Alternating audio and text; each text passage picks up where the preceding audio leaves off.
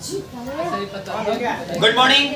चलिए और आज स्टार्ट करने वाले हैं 1 से लेकर के 14 चैप्टर तक पूरा संस्कृत का रिवीजन। और ये जो वीडियो होगा आपके बोर्ड के एग्जाम के लिए बहुत ही ज्यादा महत्वपूर्ण होगा। क्यों? क्योंकि क्वेश्चन इसी में से ज्यादातर रहेंगे। कोई दिक्कत? No sir. तो चलिए क्वेश्चन का रिवीजन करते हैं। स्टार्ट पहले चैप्टर से। कोई दिक्कत नहीं ना है? नहीं सर। आ रहा है सब बढ़िया से? चलिए तो लीजिए, पहला क्वेश्चन रहा प्रथम पाठ से। सबको ये आंसर दीजिएगा। मंगलम पाठ के रचनाकार कौन है? मंगलम पाठ के रचनाकार कौन है? महर्षि वेद व्यास। कौन? महर्षि वेद व्यास। देखिए एक बार आप बोलिएगा, उसके बाद हम एक बार बोल देंगे, तो उसके बाद शांत रहना ताकि वीडियो भी बन रहा है तो आवाज जाएगा उसका, है ना। चलिए अगला क्वेश्चन है कि मंगलम पाठ में कुल कितने मंत्र हैं? 5। कितने हैं? 5। मंगलम पाठ में कुल कितने मंत्र हैं? तो 5। आगे बढ़िए। उपनिषद के अंतिम भाग में किस शास्त्र का वर्णन है? दर्शन शास्त्र। किसका? अरे भाई साहब हंसो मत। आगे आ जाओ। आगे की मंगलम पाठ कहाँ से लिया गया है? उपनिषद से। मंगलम पाठ कहाँ से लिया गया है? उपनिषद से। उपनिषद से लिया गया है। सोने के पात्र से किसके मुख को ढका गया है? सत्य के मुख को ढका गया। सोने के पात्र से किसके मुख को ढका गया है? सत्य के मुख को ढका गया। कोई दिक्कत है मोहन जी? ओके आगे बढ़िए। सत्य के मुख को किसके पात्र से ढका गया है? सोने के पात्र से ढका गया है। आगे बढ़िए। आगे बोलिए। क्वेश्चन आया था आपके एग्जाम में कि महान से महान क्या है? आत्मा। और छोटा से छोटा कौन है? आत्मा। ये तो क्वेश्चन आया था, बहुत बढ़िया प्यारा सा क्वेश्चन। आगे किसकी जय होती है? सत्य की ही जीत होती है, असत्य की हार। बोला जा रहा है कि कौन नाम रूप को छोड़ करके समुद्र में मिल जाता है? नदियां नाम रूप को छोड़ करके समुद्र में मिल जाती हैं। और आगे है देवता के पास पहुंचने का रास्ता क्या है? देवता के पास पहुंचने का सिर्फ और सिर्फ रास्ता वो है सत्य है। क्या है? सत्य है। आगे बताइएगा। नदियां क्या छोड़ करके समुद्र में मिल जाती है? नदियां नाम रूप को छोड़ करके क्या मिल जाती है? समुद्र में मिल जाती है। कोई दिक्कत है? मनुष्य किसको जान करके मृत्यु से छुटकारा पा सकता है? वेद को। मनुष्य वेद को ही जान करके मृत्यु से छुटकारा पा सकता है, अन्य कोई दूसरा रास्ता नहीं है। और सभी जगह किसकी महिमा की प्रधानता गाई जाती है? परम पुरुष परमात्मा। किसकी? परम पुरुष परमात्मा। अरे बोला बबुआ, परम पुरुष परमात्मा। बोला हूँ कि बेटे सोच छोड़ दो, भुला जाओ के बारे में। अब सुनिए, तो ऑब्जेक्टिव क्वेश्चन करवा दिए पहले चैप्टर से, और इसमें जो लघु उत्तरीय प्रश्न बनता है ना, उसको हम क्वेश्चन बोलेंगे, आप लोग ध्यान से सुनिएगा, ठीक ना। और देखिए इस वीडियो को आप अंत तक देखिएगा ना, तो सारा चीज आपको बढ़िया से रिवीजन करके याद हो जाएगा। कोई दिक्कत है? तो इसमें का पहला क्वेश्चन बनेगा जो कि सब्जेक्टिव में आएगा 2 नंबर में। पहला क्वेश्चन बनेगा कि आत्मा का स्वरूप का वर्णन करें। आत्मा के स्वरूप का वर्णन करें। तो महर्षि वेद व्यास जी आत्मा के स्वरूप का वर्णन करते हुए कहते हैं कि आत्मा छोटी से छोटी और महान से महान होती है, जो हृदय रूपी गुफा में निवास करती है। विद्वान लोग आत्मा के गौरव को समझते हैं और वे कभी शोक नहीं करते। आत्मा नित्य सनातन अविनाशी और अजय। अब इसको आप क्या कीजिएगा ना, बढ़िया से एक बार 2 बार सुनिएगा ना, तो आपको सारा चीज याद हो जाएगा। कोई दिक्कत है? नहीं, कोई दिक्कत नहीं। बहुत बढ़िया भाई साहब, हंसते रहिए, मस्त रहिए। सत्य की महत्ता का वर्णन करिए। क्वेश्चन है कि सत्य की महत्ता का वर्णन करिए। तो मंगलम पाठ के अनुसार महर्षि वेद व्यास जी सत्य की महत्ता का वर्णन करते हुए कहते हैं कि सत्य की ही जीत होती है, असत्य की नहीं। सत्य के द्वारा ही देवताओं के पास पहुंचा जा सकता है। जहाँ ऋषि मुनियों ने अपनी इच्छाओं को छोड़ दिया, वहाँ सत्य सबसे बड़ा धन है। सत्य भले ही थोड़ी देर के लिए परेशान हो जाए, लेकिन वो कहीं पराजित नहीं होता। कोई दिक्कत? अब 1-2 बार सुनिएगा, याद हो जाएगा, बस करना क्या है। और अगला क्वेश्चन है कि विद्वान लोग परम ब्रह्म को कैसे प्राप्त करते हैं?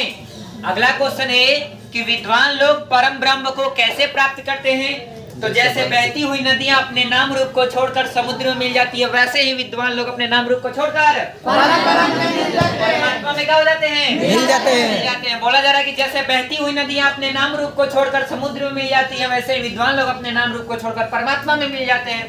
कोई दिक्कत नहीं, बस खाली ध्यान से सुना लो, सब याद हो जी बच्चा। विद्वान लोग संसार रूपी सागर को कैसे पार करते हैं? बोला जा रहा है कि विद्वान लोग संसार रूपी सागर को कैसे पार करते हैं? तो महर्षि वेद व्यास जी ज्ञानी और अज्ञानी में अंतर स्पष्ट करते हुए कहते हैं कि ज्ञान वेद स्वरूप होता है और अज्ञान अंधकार स्वरूप। वेद को ही जान करके हम मृत्यु से छुटकारा पा सकते हैं, अन्य कोई दूसरा रास्ता नहीं है। कोई दिक्कत? रोहित जी ध्यान से सुनिए। और अगला क्वेश्चन है कि उपनिषद को आध्यात्मिक ग्रंथ क्यों कहा गया है, जो कि एग्जाम में आया था। और ये सब आपका प्रीवियस ईयर क्वेश्चन है, यानी बोर्ड के एग्जाम में आया हुआ क्वेश्चन है। तो जितना ज्यादा बार सुनिएगा देखिएगा सारा चीज क्लियर हो जाएगा। और हम आपको यकीन के साथ कह सकते हैं कि 70 से 80% क्वेश्चन आपके इस वीडियो से रहेंगे, इसी वीडियो से आपके बोर्ड के एग्जाम में रहेंगे, ठीक ना? बोला जा रहा है कि उपनिषद को आध्यात्मिक ग्रंथ इसलिए कहा गया है क्योंकि इसमें आत्मा और परमात्मा के बारे में विस्तार से चर्चा किया गया है। और यहाँ पे सभी तपस्वियों का परम लक्ष्य क्या है? ईश्वर को प्राप्त करना है। बात मत करो काजल, हमारा आ रहा है वीडियो में। काजल बात मत करो, बात नहीं करना है। चलो अब आ जाएगा दूसरा चैप्टर जिसका नाम है पाटलिपुत्र। अब इसका ऑब्जेक्टिव क्वेश्चन करते हैं जो कि प्रीवियस ईयर क्वेश्चन है। बोलिएगा, बोलिए बिहार राज्य की राजधानी कहाँ है? पटना। बिहार राज्य की राजधानी कहाँ है? पटना। पटना। बिहार राज्य की राजधानी कहाँ है? पटना। पटना। पटना का इतिहास कितना वर्ष पुराना? 2500 वर्ष पुराना। कितना वर्ष पुराना? 2500 वर्ष पुराना। एकदम याद रखिएगा, ये पक्का आपके बोर्ड के एग्जाम में बनेगा क्वेश्चन कि पटना का इतिहास कितना वर्ष पुराना है। तो कितना? 2500 वर्ष बोल रहे हैं। 2500। बहुत बढ़िया, 25 नहीं 2500 वर्ष। कितना? 2500 वर्ष। पाटलिपुत्र किस नदी के किनारे है जी? गंगा नदी। गंगा नदी किस नदी के किनारे? गंगा नदी। गंगा नदी के किनारे। पाटलिपुत्र किस नदी के किनारे? गंगा नदी। गंगा नदी के किनारे है। और पटना के किस दिशा में गंगा नदी बहती है? उत्तर दिशा। उत्तर दिशा में। किस दिशा में? उत्तर दिशा में। कौन सी दिशा में? उत्तर दिशा। बहुत बढ़िया। दामोदर गुप्त जो है ना वह कौन से काव्य की रचना की है? कुटनीमताख्य। याद रखिएगा कि दामोदर गुप्त नामक जो है कवि उस कौन से काव्य की रचना की है? कुटनीमताख्य। किसकी? कुटनीमताख्य की। किसकी? कुटनीमताख्य। यही से नंबर कम आवता। बोले के पड़ी, क्या करे पड़ी? बोले के पड़ी। आंख ना मुदे के पड़ी ना करा ना। हाँ बोला। धरती का तिलक, सरस्वती का कुलगृह और इंद्र के स्वर्ग के समान क्या है? पाटलिपुत्र। क्वेश्चन बोर्ड के एग्जाम में बनेगा कि धरती का स्वर्ग, धरती का तिलक, सरस्वती का कुलगृह और इंद्र के स्वर्ग के समान क्या है? पाटलिपुत्र। पाटलिपुत्र है, यानी कि पटना है। कोई दिक्कत है? नहीं ना जी? अरे बोलो नहीं। बहुत बढ़िया। कब गंगा के किनारे पाटलिपुत्र था? बुद्ध काल में। याद रखिएगा कब, ठीक है ना? आ रहा है ना बढ़िया से? कब गंगा के किनारे पाटलिपुत्र था? बुद्ध काल में। कब? कब से? किसके शासन काल में इस नगर की सुंदरता और रक्षा व्यवस्था उच्च कोटि की थी? चंद्रगुप्त मौर्य का। नंबर भी कम आता है, शांत भी नहीं रहता है। क्या काम बा बोला? पेपर देखिए बार फाड़ के लिख दे लो। दे दो, ले लो, ले लो, दे दो। दे दो। देखिए पेपर में ये फाड़ के लिख लो। वीडियो चल रहा है बाबू, शांत रहिए। आगे सुनिए। किसके शासन काल में इस नगर की सुंदरता और रक्षा व्यवस्था उच्च कोटि की थी? चंद्रगुप्त मौर्य की। चंद्रगुप्त मौर्य के काल में। किसके काल में? चंद्रगुप्त मौर्य के। चंद्रगुप्त मौर्य के काल में। अरे बोली यूनान का राजदूत कौन था? मेगास्थनीज। यूनान का राजदूत कौन था? मेगास्थनीज। मेगास्थनीज था। कौन था? मेगास्थनीज। हम बोला था नहीं तो हम लोग बोलते नहीं। खलो ये सही। ऐसे चलिए बोला लोग। राजा अशोक के समय इस नगर का वैभव कैसा था? भरापूरा था। राजा अशोक के समय में पूछेगा तो भरापूरा था। कैसा था? भरापूरा। कुछ प्राचीन संस्कृत ग्रंथों एवं पुराणों में पाटलिपुत्र का नाम क्या मिलता है? पुष्पपुरिया। क्या मिलता है? पुष्पपुरिया। हाँ बोलेगा पहले का नाम इसका क्या था? तो पुष्पपुरिया, कुसुमपुर, है ना? पाटलिपुत्र शब्द कहाँ से निकलता है? गुलाब के फूल से, जिसको बोलते हैं पाटली पुष्प। पाटली पुष्प। हाँ जी। आगे है कि कौमुदी महोत्सव कब और किसके शासनकाल में मनाया जाता है? शरद ऋतु गुप्त वंश के काल में। याद रखिएगा, शरद ऋतु। कौन सा ऋतु? शरद ऋतु। कौन सा ऋतु? शरद ऋतु। कौन सा काल? गुप्त वंश। कौन सा वंश? गुप्त वंश। गुप्त वंश। कौन वंश? गुप्त वंश। और आगे है कि पाटलिपुत्र का नाम कब प्रसिद्ध हुआ? मध्यकाल। पाटलिपुत्र का नाम कब प्रसिद्ध हुआ? मध्यकाल में। पाटलिपुत्र का नाम कब प्रसिद्ध हुआ? मध्यकाल में। मध्यकाल में। कौन से काल में? मध्यकाल में। और आगे है कि पटना की पालिका देवी कौन है? पटन देवी। पटना की पालिका देवी कौन है? पटन देवी। पटन देवी कौन है? पटन देवी। और एशिया महादेश का सबसे लंबा पुल कौन है? गांधी सेतु। गांधी सेतु। कौन है? गांधी सेतु। सही बात है, एशिया महादेश का सबसे लंबा पुल है गांधी सेतु। आशीष बोलिए, सिखों के 10वें गुरु कौन? गुरु गोविंद सिंह। गुरु गोविंद सिंह। सिखों के 10वें गुरु कौन है? गुरु गोविंद सिंह। गुरु गोविंद सिंह है। सिखों के 10वें गुरु कौन? गुरु गोविंद सिंह। अब देखिए, अब सुनिएगा हमको, अब आप बोलना बंद करिए, क्योंकि अब लघु उत्तरीय प्रश्न में आ चुके हैं और ये आपके बोर्ड के एग्जाम में 2 नंबर का क्वेश्चन पूछेगा। कितना नंबर? 2 नंबर। और सिर्फ हम बोलते हैं, ध्यान से सुनिएगा, एक बार 2 बार वीडियो देखिएगा, सारी चीजें आपको क्लियर और याद हो जाएगी। कोई दिक्कत है? प्रकाश यार है सही? जी। ओके, पहला क्वेश्चन है कि पाटलिपुत्र सिख संप्रदाय लोगों के लिए क्यों प्रसिद्ध है? तो ध्यान से सुनिएगा, पाटलिपुत्र सिख संप्रदाय लोगों के लिए प्रसिद्ध है क्योंकि यहाँ पे सिखों के 10वें गुरु गुरु गोविंद सिंह का जन्म स्थान है, जिसे हम गुरुद्वारा के नाम से जानते हैं। और यहाँ पे लोग देश विदेश के लोग घूमने के लिए भी क्या करते हैं? आते हैं। कोई दिक्कत है? नहीं सर। आगे बढ़ते हैं। पाटलिपुत्र को शिक्षा का प्राचीन केंद्र क्यों कहा जाता है? तो पाटलिपुत्र को शिक्षा का प्राचीन केंद्र इसलिए कहा जाता है क्योंकि यहाँ पे पाणिनि, पिंगल, पतंजलि और वरुरुचि जैसे विद्वानों ने परीक्षा दी थी और वे ख्याति को प्राप्त हो गए। इसीलिए ख्याति या प्रसिद्धि एक ही चीज है, को प्राप्त हो गए, इसीलिए पाटलिपुत्र को शिक्षा का प्राचीन केंद्र जाता है। कोई दिक्कत है? नहीं। चले आगे बोलिए, आगे बढ़े।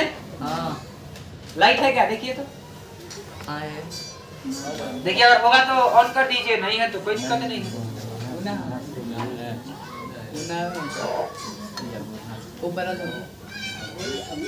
आगे सुनिए, आगे है, आगे आ जाइए। तृतीय चैप्टर छोड़ दीजिए, रहने दीजिए, कोई दिक्कत नहीं है। आवाज जा रहा ना, बस क्लियर तो है। अब बढ़ रहे हैं तीसरे चैप्टर की तरफ। कौन से चैप्टर की तरफ? तीसरे चैप्टर की तरफ। और इसमें का ये जो चैप्टर का नाम है अलस कथा। क्या है? अलस कथा। पहला क्वेश्चन बनेगा कि अलस कथा पाठ किस ग्रंथ से लिया गया है? पुरुष परीक्षा। अलस कथा पाठ किस ग्रंथ से लिया गया है? पुरुष परीक्षा। पुरुष परीक्षा। किस परीक्षा? पुरुष परीक्षा।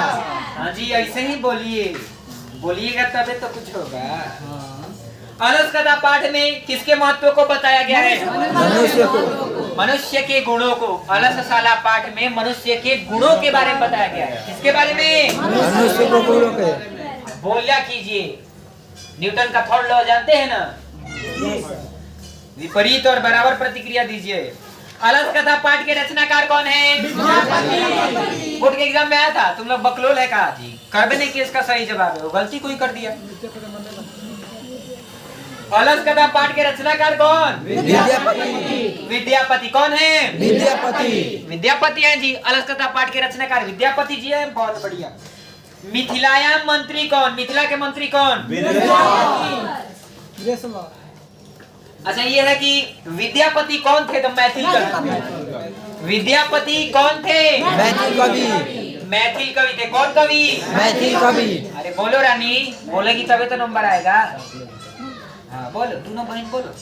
क्या देख कर के सभी धूर्त भाग गए? आग को देख कर सभी धूर्त का हो गए? भाग गए। भाग गए, एकदम पलायन हो गए, भाग गए। कह गए बाप रे, आग जान रही तो कतने खाई पिए जाइए, कतने कपड़े मिली, जाने न रही, जान है तो जान। बार शेर मेरे पुत्र, बा शेर दी पुत्र।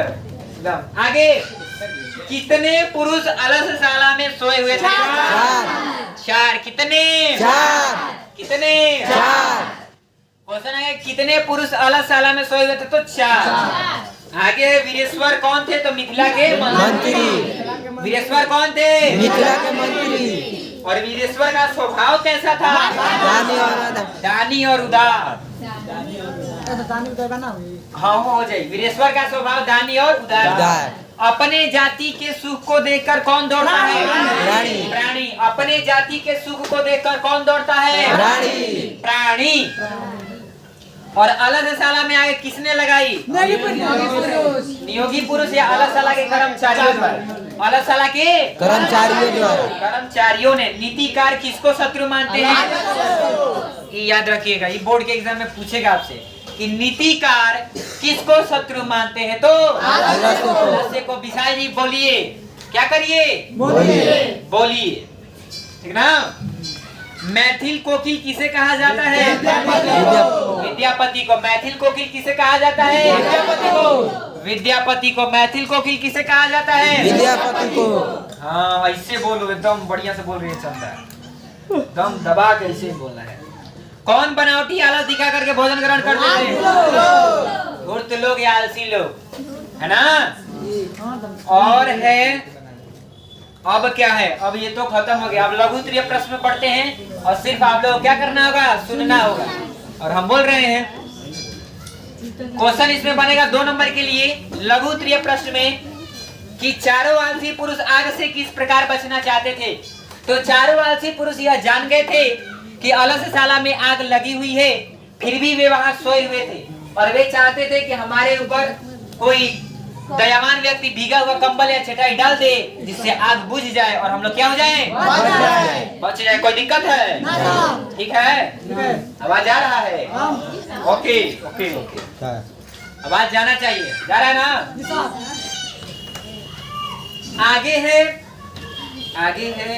आगे है कि किसकी क्या क्या गतियां बताई गई हैं। हंस लो भैले, सुनो, किसकी क्या क्या गतियां बताई गई हैं पाठ के आधार पर स्पष्ट करें। तो अलस कथा पाठ के आधार पर सबकी गतियां भिन्न भिन्न बताई गई हैं। स्त्रियों की गति उनके पति, बच्चों की गति उनकी माँ और आलसियों की गति संसार में निश्चित ही कोई दयावान व्यक्ति होता है। कोई दिक्कत है? नहीं ना जी। तो इस तरह से तीसरा चैप्टर भी हम लोग क्या कर लिए? कंप्लीट कर लिए। अब बढ़ते हैं चौथे चैप्टर की तरफ जिसका नाम होगा संस्कृत साहित्य लेखिका। जिसका नाम होगा संस्कृत साहित्य लेखिका। जिसका नाम क्या होगा? संस्कृत साहित्य लेखिका। पहला क्वेश्चन बताइएगा।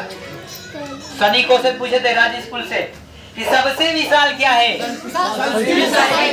तो आएगा ना सबसे विशाल क्या? विपुल। विपुल देता है वैसे। सबसे विशाल क्या है? विपुल। संस्कृत साहित्य या सब बोलेगा सबसे विशाल को विपुल बोलते हैं। सबसे विपुल क्या है? तो संस्कृत साहित्य। रोहित बोलो आगे। विशाल संस्कृत साहित्य को किसने बढ़ाया? अनेक कवियों एवं शास्त्रकारों ने। अनेक कवियों एवं शास्त्रकारों ने। बहुत बढ़िया। काव्यों की रचना एवं सुरक्षा में कौन ध्यान लगाते थे? स्त्रियां। स्त्रियां आजकल कमरियां 22 छोरियां छोरों से कम है के? नहीं है, दम आगे बढ़ रही है। गंगा देवी ने कौन महाकाव्य लिखा? मधुरा विजयम। गंगा देवी ने कौन महाकाव्य लिखा? मधुरा विजयम। ई तो याद रखबे करियो लो, ई पक्का याद रखियो कि गंगा देवी ने कौन सा महाकाव्य लिखा? मधुरा विजयम। मधुरा विजयम। आधुनिक संस्कृत में कौन प्रसिद्ध है? पंडिता छमाराव। बोर्ड के एग्जाम में क्वेश्चन बनेगा कि आधुनिक संस्कृत साहित्य में कौन प्रसिद्ध है? तो पंडिता छमाराव। आधुनिक संस्कृत साहित्य में कौन प्रसिद्ध है? तो पंडिता छमाराव।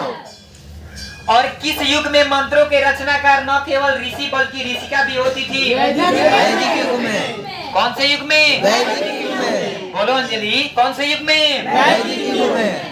यमी, अपाली, उर्वशी, इंद्राणी।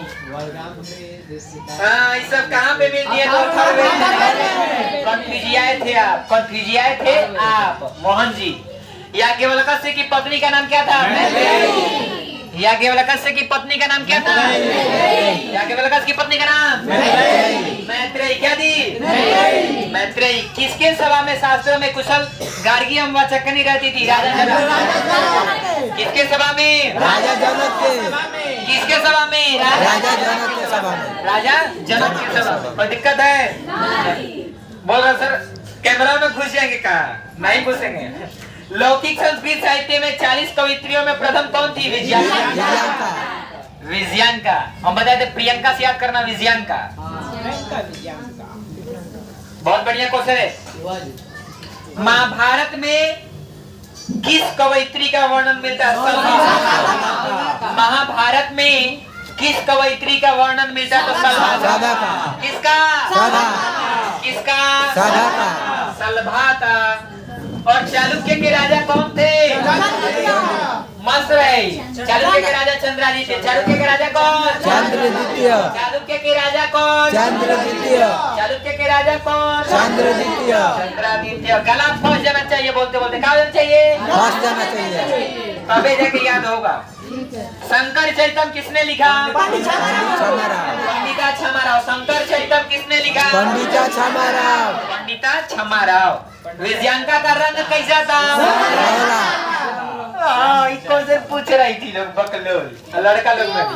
श्याम मतलब सांवला होता है। श्याम मतलब तो विजयांका का रंग सांवला था भाई साहब, लेकिन उनकी कीर्तियां ज्योतिर्मय थी। रंग के हिसाब से किसी को मत करिएगा, जज मत करिएगा। रंग कैसा भी हो, काम बढ़िया होना चाहिए। काम बढ़िया होगा तो नाम बढ़िया होगा, नाम बढ़िया होगा तो सबे बढ़िया होगा। आगे है कि याज्ञवल्क्य की पत्नी मैत्रेयी किसकी शिक्षा देती थी? आत्म तत्व की। किसकी? क्वेश्चन है कि याज्ञवल्क्य की पत्नी किसकी शिक्षा देती थी?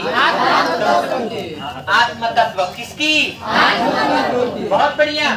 और ये क्वेश्चन तो बोर्ड के एग्जाम में पूछा ही जाएगा कि लौकिक संस्कृत साहित्य में कितने कवयित्रियों का वर्णन है? 40। कितने? 40। कितने? 40। चैप्टर है ना बहुत इंपॉर्टेंट है, क्योंकि इस चैप्टर से बोर्ड के एग्जाम में क्वेश्चन बनेगा, देखने को मिलेगा। और इसके बाद एग्जाम दे के आइएगा ना लोग, तब जाके बातचीत होगा। विजय भट्टारिका किसकी रानी थी? चंद्रादित्य। क्वेश्चन ही कैसे गलत हो गया? विजय भट्टारिका किसकी रानी थी? चंद्रद्वितीय का। चंद्रादित्य की रानी थी। किसकी रानी थी? चंद्रद्वितीय का। अथर्ववेद में कुल कितने ऋषियों का वर्णन मिलता है? 5। अथर्ववेद में कुल कितने ऋषियों का वर्णन मिलता है? 5। कितने? 5। क्या हो रहा है भैया? बोलना है? नहीं बोलिए। तिरुलंबा किस चंपू काव्य की रचना की? वरदाम्बी कपाड़ी रहे। वरदाम्बी कपाड़ी रहे। और आगे है कि ऋग्वेद में कितने ऋषिकाओं का वर्णन मिलता है? ऋग्वेद में पूछेगा तो 24। अथर्ववेद में पूछेगा तो 5। ऋग्वेद में पूछेगा तो 24। अथर्ववेद में पूछेगा तो 5। बोलिए ऋग्वेद में, अथर्ववेद में, अथर्ववेद में, ऋग्वेद में। बहुत बढ़िया। ऋग्वेद में 24, अथर्ववेद में 5। ऋग्वेद में 24, अथर्ववेद में 5। ऋग्वेद में 24, अथर्ववेद में 5। बहुत बढ़िया। और आगे है कि तिरुलंबा किसकी रानी थी? अच्युत राय। तिरुलंबा किसकी रानी थी? अच्युत राय की। किसकी? अच्युत राय की। बहुत बढ़िया। और आगे है कि संस्कृत भाषा की रचना के लिए, रक्षा के लिए किसने प्रयास किया?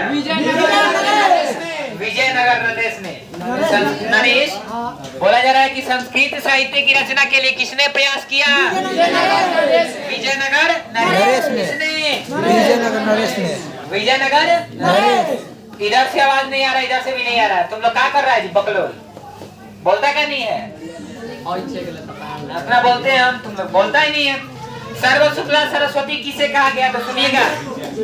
सर्व शुक्ला सरस्वती बकलोल विजयांका को आगे बोलो तो दंडी मार दिया। अरे दंडी ने बोला है। सुनिएगा। सर्व शुक्ला सरस्वती विजयांका को कहा गया है। लौकिक संस्कृत साहित्य में इनका महत्वपूर्ण स्थान है और एक असाधारण लेखिका के पराकाष्ठा से प्रभावित होकर ही दंडी ने इन्हें सर्व शुक्ला सरस्वती कहा। समझ में आया? फिर से सुनिए कि सर्व शुक्ला सरस्वती विजयांका को कहा गया है। लौकिक संस्कृत साहित्य में इनका महत्वपूर्ण स्थान है।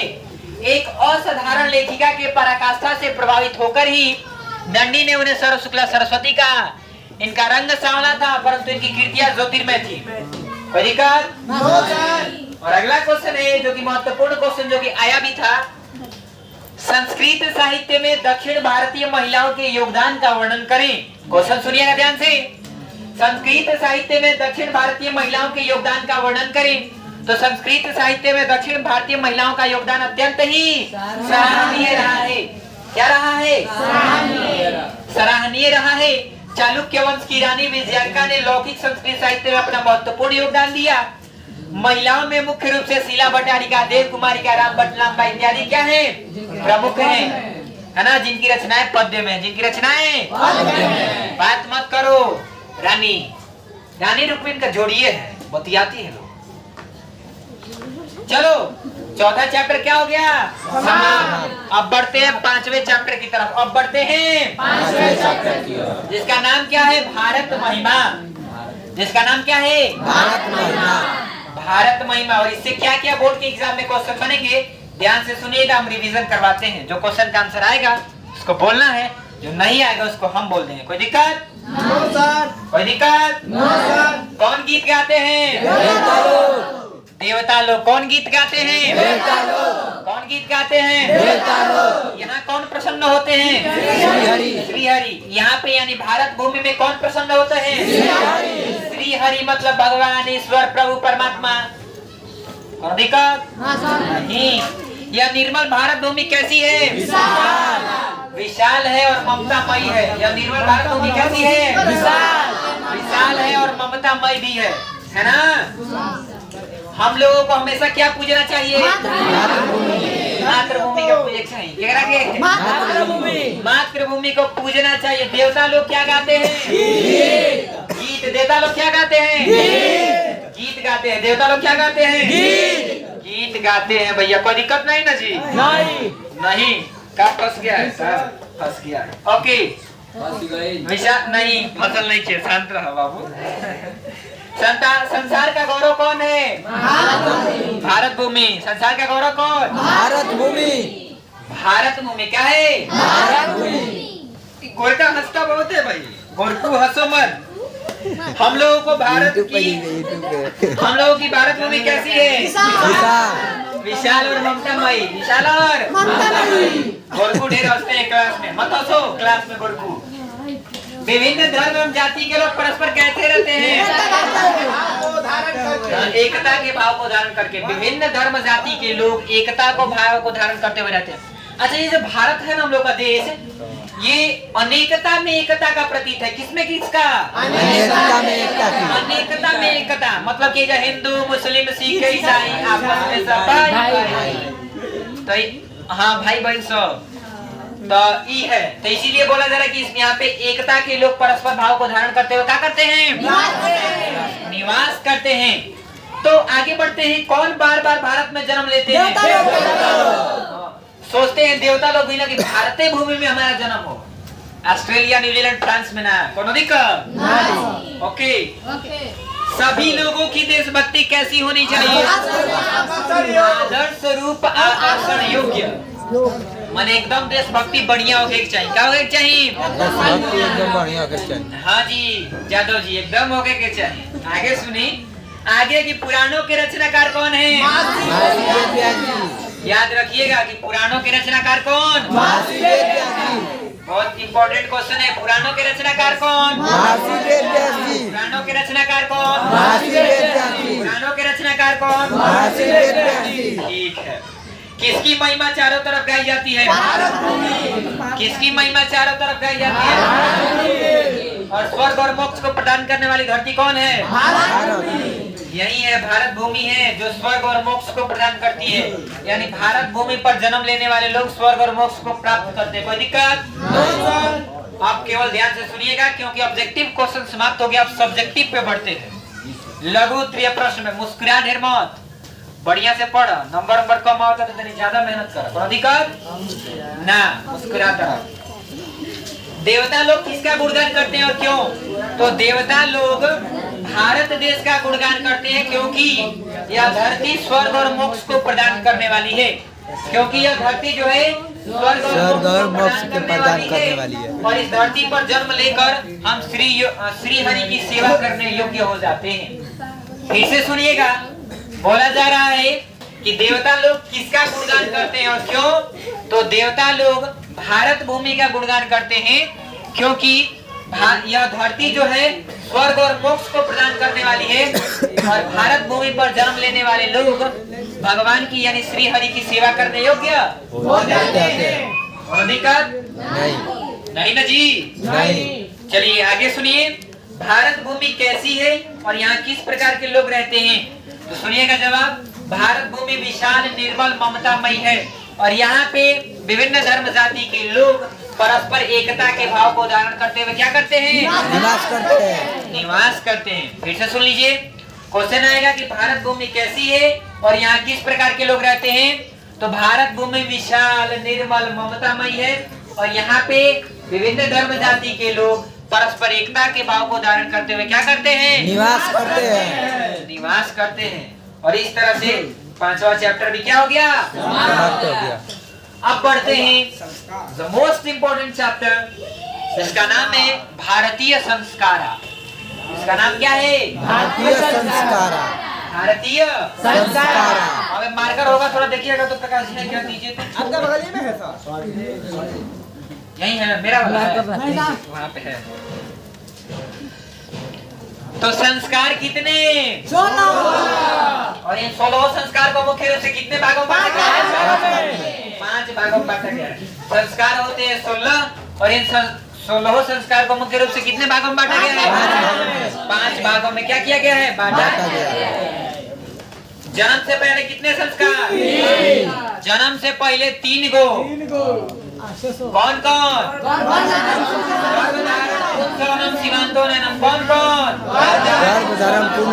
बढ़िया, हमको भी दीजिएगा। जन्म से पहले कितने संस्कार?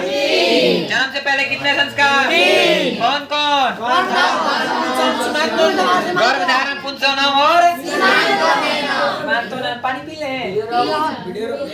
नहीं, कोई दिक्कत नहीं। अरे कोई दिक्कत नहीं। केहू के देखे का पानी पी ले। चलिए बीच में पानी पी लेंगे, ग्लास थोड़ा।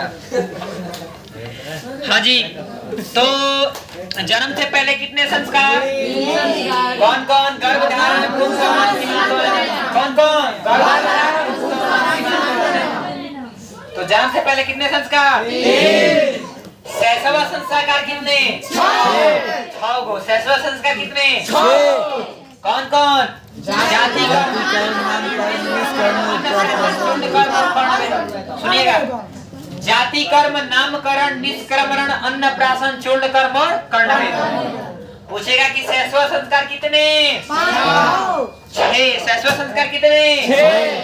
जाति कर्म, नामकरण, निष्क्रमण, अन्नप्राशन, चूर्ण कर्म और शिक्षा संबंधी कितने संस्कार?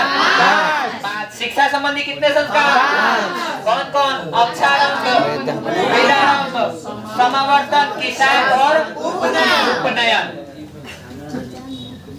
अक्षरारंभ, वेदारंभ, केशांत, उपनयन और समावर्तन। कोई दिक्कत है? और विवाह के रूप में एगो गृहस्थ संस्कार होता है और मरने के बाद कौन सा संस्कार? अंत्येष्टि संस्कार। आप बोलिए, सुनिएगा। तो बोलिए, गृहस्थ संस्कार कैसा होता है? विवाह के रूप में गृहस्थ संस्कार कैसा होता है? अब बताइएगा कि शैक्षणिक संस्कार कौन कौन से हैं? तो अक्षरारंभ, वेदारंभ, उपनयन, सिद्धांत और समावर्तन। कोई दिक्कत है? आगे बढ़े। क्वेश्चन आया था, पहले शिष्य वेद कहाँ आरंभ करते थे? गुरु के गृह यानी गुरु के घर में। अब उल्टा पोजीशन हो गया है, गुरुए जाता है घरे घरे पढ़ाने, है ना? बात सही है सर। सही है ना? प्राचीन काल में शिष्यों को क्या कहा जाता था? प्राचीन काल में शिष्यों को क्या कहा जाता था? प्राचीन काल में शिष्यों को ब्रह्मचारी कहा जाता था। कोई दिक्कत है? बात मत करो। आगे है कि अंत्येष्टि संस्कार कब होता है? तो मरने के बाद, मृत्युपरांत। अंत्येष्टि संस्कार कब होता है? मरने के बाद। मरने के बाद कौन संस्कार? अंतिम संस्कार। बोलो बोलो बोलो। नहीं चिल्लाए के नहीं, के बढ़िया से बोलेगा। आशीष बोला तो रिवीजन करा, याद हो जाए। अब आ जाइए, अब आप लोग को नहीं बोलना है, हम बोलते हैं, याद करवाते हैं। बात मत करो, बात मत करो, बात मत करो, बात नहीं करना है। आगे सुनिए, भारतीय जीवन में संस्कार का क्या महत्व है? क्वेश्चन सुनिएगा, भारतीय जीवन में संस्कार का क्या महत्व है? तो इसका सही जवाब होगा, भारतीय जीवन में संस्कार का बहुत ही महत्वपूर्ण स्थान है। कैसा स्थान है? बहुत ही महत्वपूर्ण स्थान है। यहाँ पे ऋषि मुनियों की यह कल्पना थी कि जीवन के सभी मुख्य अवसरों पर वेद मंत्रों का पाठ, बड़ों का आशीर्वाद तथा परिवार के सभी सदस्यों का सम्मेलन हो, है ना। संस्कार दोषों को दूर करता है और गुणों को विकसित करता है। भारतीय जीवन दर्शन का महत्वपूर्ण उपादान संस्कार ही है। अब देखिए, एक बार दो बार ध्यान से सुनिएगा, याद हो जाएगा। कोई दिक्कत है? नहीं, दिक्कत तो होने भी नहीं देंगे, दिक्कत तो होने भी नहीं देंगे। संस्कार कितने होते हैं और कौन कौन? बहुत बढ़िया क्वेश्चन सुनिए, संस्कार कितने होते हैं और कौन कौन होते हैं? तो संस्कार होते हैं 16। कितने? 16। और इन 16 संस्कार को कितने भागों में बांटा गया है? 5 भागों में बांटा गया है। जन्म से पहले कितने संस्कार? 3। जन्म से पहले कितने? 3। कौन कौन? गर्भधारण, पुंसवनम, सीमांतोरयनम। कोई दिक्कत? ये हो गया जन्म से पहले। और 6वां संस्कार कितने? 6। सुनिएगा, जाति कर्म, नामकरण, निष्कर्मण, अन्नप्राशन, चूर्ण कर्म और कर्णवेदन। फिर से सुन लीजिए, जाति कर्म, नामकरण, अन्नप्राशन, चूर्ण कर्म, कर्णवेदन। और एक बचिया, हाँ निष्कर्मण। अब आगे सुनिए, और शिक्षा संबंधी कितने संस्कार? 5 गो। अक्षरारंभ, वेदारंभ, उपनयन, केशांत और समावर्तन। अक्षरारंभ, वेदारंभ, उपनयन, केशांत और समावर्तन। और विवाह के रूप में एगो गृहस्थ संस्कार होता है और एगो मरने के बाद कौन सा संस्कार? अंत्येष्टि संस्कार होता है। कोई दिक्कत नहीं। और इस तरह से हम लोग 6वां चैप्टर को भी क्या कर लिए? समाप्त, यानी कंप्लीट, यानी रिवीजन कर लिए। अब बढ़ेंगे 7वें चैप्टर की तरफ, जिसका नाम है नीति श्लोका। अरे भैया, बड़ा बढ़िया चैप्टर है और आपके बोर्ड के एग्जाम में इससे क्वेश्चन टपकेगा। क्या करेगा? टपकेगा, टपकेगा, फंस जाएगा। बोर्ड के एग्जाम में क्या करेगा इससे क्वेश्चन? टपकेगा, फंसेगा। मुस्कुरा लो, मुस्कुरा करो। गोरकू मुस्कुरा लो तनी ज्यादा। गोरकू क्या कर लो? मुस्कुरा लो तनी ज्यादा। हाँ, सुनिए, विदुर कौन थे? महामंत्री। विदुर कौन थे? महामंत्री। विदुर कौन थे? महामंत्री। मूर्ख लोग किस पर विश्वास करते हैं? अविश्वासियों पर। अविश्वासियों पर। मूर्ख लोग किस पर विश्वास करते हैं? अविश्वासियों पर। अविश्वासियों पर। मूर्ख लोग किस पर विश्वास करते हैं? अविश्वासियों पर। अविश्वासियों पर। शांति का उत्तम मार्ग क्या है? क्षमा। शांति का उत्तम मार्ग क्या है? क्षमा। शांति का उत्तम मार्ग क्या है? क्षमा। कौन परम संतुष्टि देने वाला होता है? कौन परम संतुष्टि देने वाला होता है? 1 घंटा पढ़ ले को एकदम मेरा तो पढ़ के एकदम पहाड़े खाई देने। अभी 40 मिनट होगा। हाँ, कोई दिक्कत नहीं है। तो बोले विद्या, विद्या परम संतुष्टि देने वाला था। कौन परम संतुष्टि देने वाला था? विद्या। विद्या बहुत बड़ी, इसी तरह बोलिएगा लोग तो सब याद हो जाएगा। आगे, नरक के कितने द्वार? 3। नरक के कितने द्वार? 3। सुनिए कौन कौन? काम, क्रोध, लोभ। काम, क्रोध, लोभ। काम, क्रोध, लोभ। इसके त्यागे बिना मनुष्य उन्नति के मार्ग पर नहीं चल सकता। विद्या की रक्षा किससे होती है? योग से। योग यानी हई वाला योग ना, अभ्यास से। योग माने अभ्यास। परिश्रम माने कुदारी चलावे के बाद। योग माने अभ्यास, बार बार कैला से, प्रैक्टिस से, ठीक ना। तो विद्या की रक्षा किससे? योग से। योग से, अभ्यास से, प्रैक्टिस से, रिवीजन से। कोई दिक्कत नहीं। कहिएगा संस्कृत पढ़ाते हैं तो अंग्रेजी क्या बताते हैं? नहीं बताएंगे। आगे, विनम्रता किसका नाश करता है? अपयश का। विनम्रता अपयश का नाश करता है। विनम्रता किसका नाश करता है? अपयश का। बोलिए प्रकाश जी, याद करा रहे हैं ना? सब कोई बोलो बढ़िया से। पवन जी बोलो। बिना बुलाए कौन प्रवेश करता है? नारायण नीच। नराधम या नीच। बिना बुलाए कौन प्रवेश करता है? नारायण या नीच। हाँ, ऐसे रोहित बोलोगे ना तो याद हो जाएगा। नराधम या नीच। बोलिए मुखिया जी। धर्म की रक्षा किससे होती है? धर्म की रक्षा किससे होती है? योग से। सत्य। सत्य।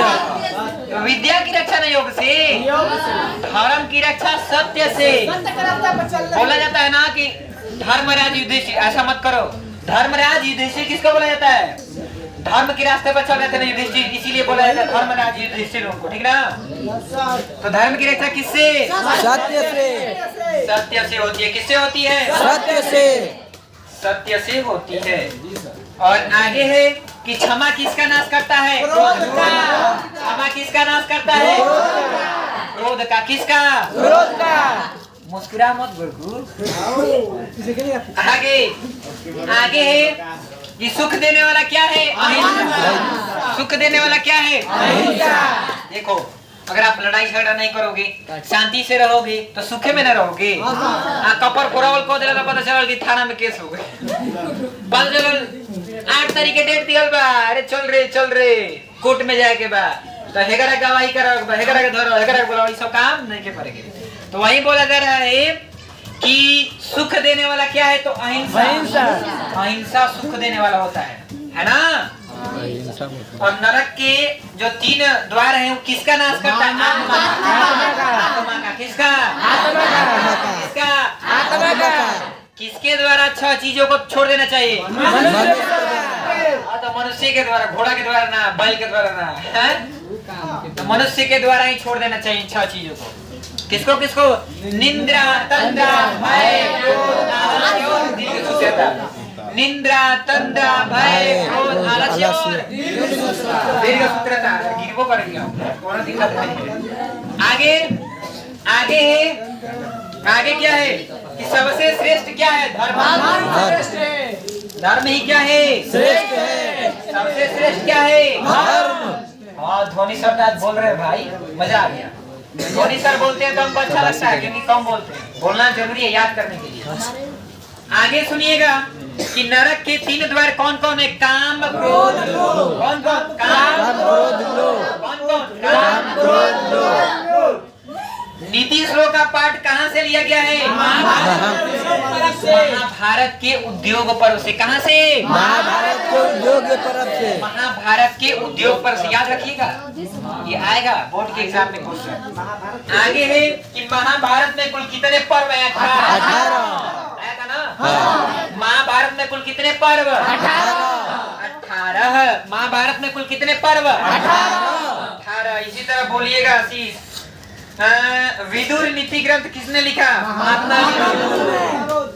विदुर नीति ग्रंथ विदुर ने लिखा। महात्मा विदुर। विदुर नीति ग्रंथ विदुर। महात्मा का महात्मा विदुर नहीं, तो सम्मान देने के लिए बोला जरा महात्मा। समझ रहे हैं? महात्मा। रूप की रक्षा किससे होती है?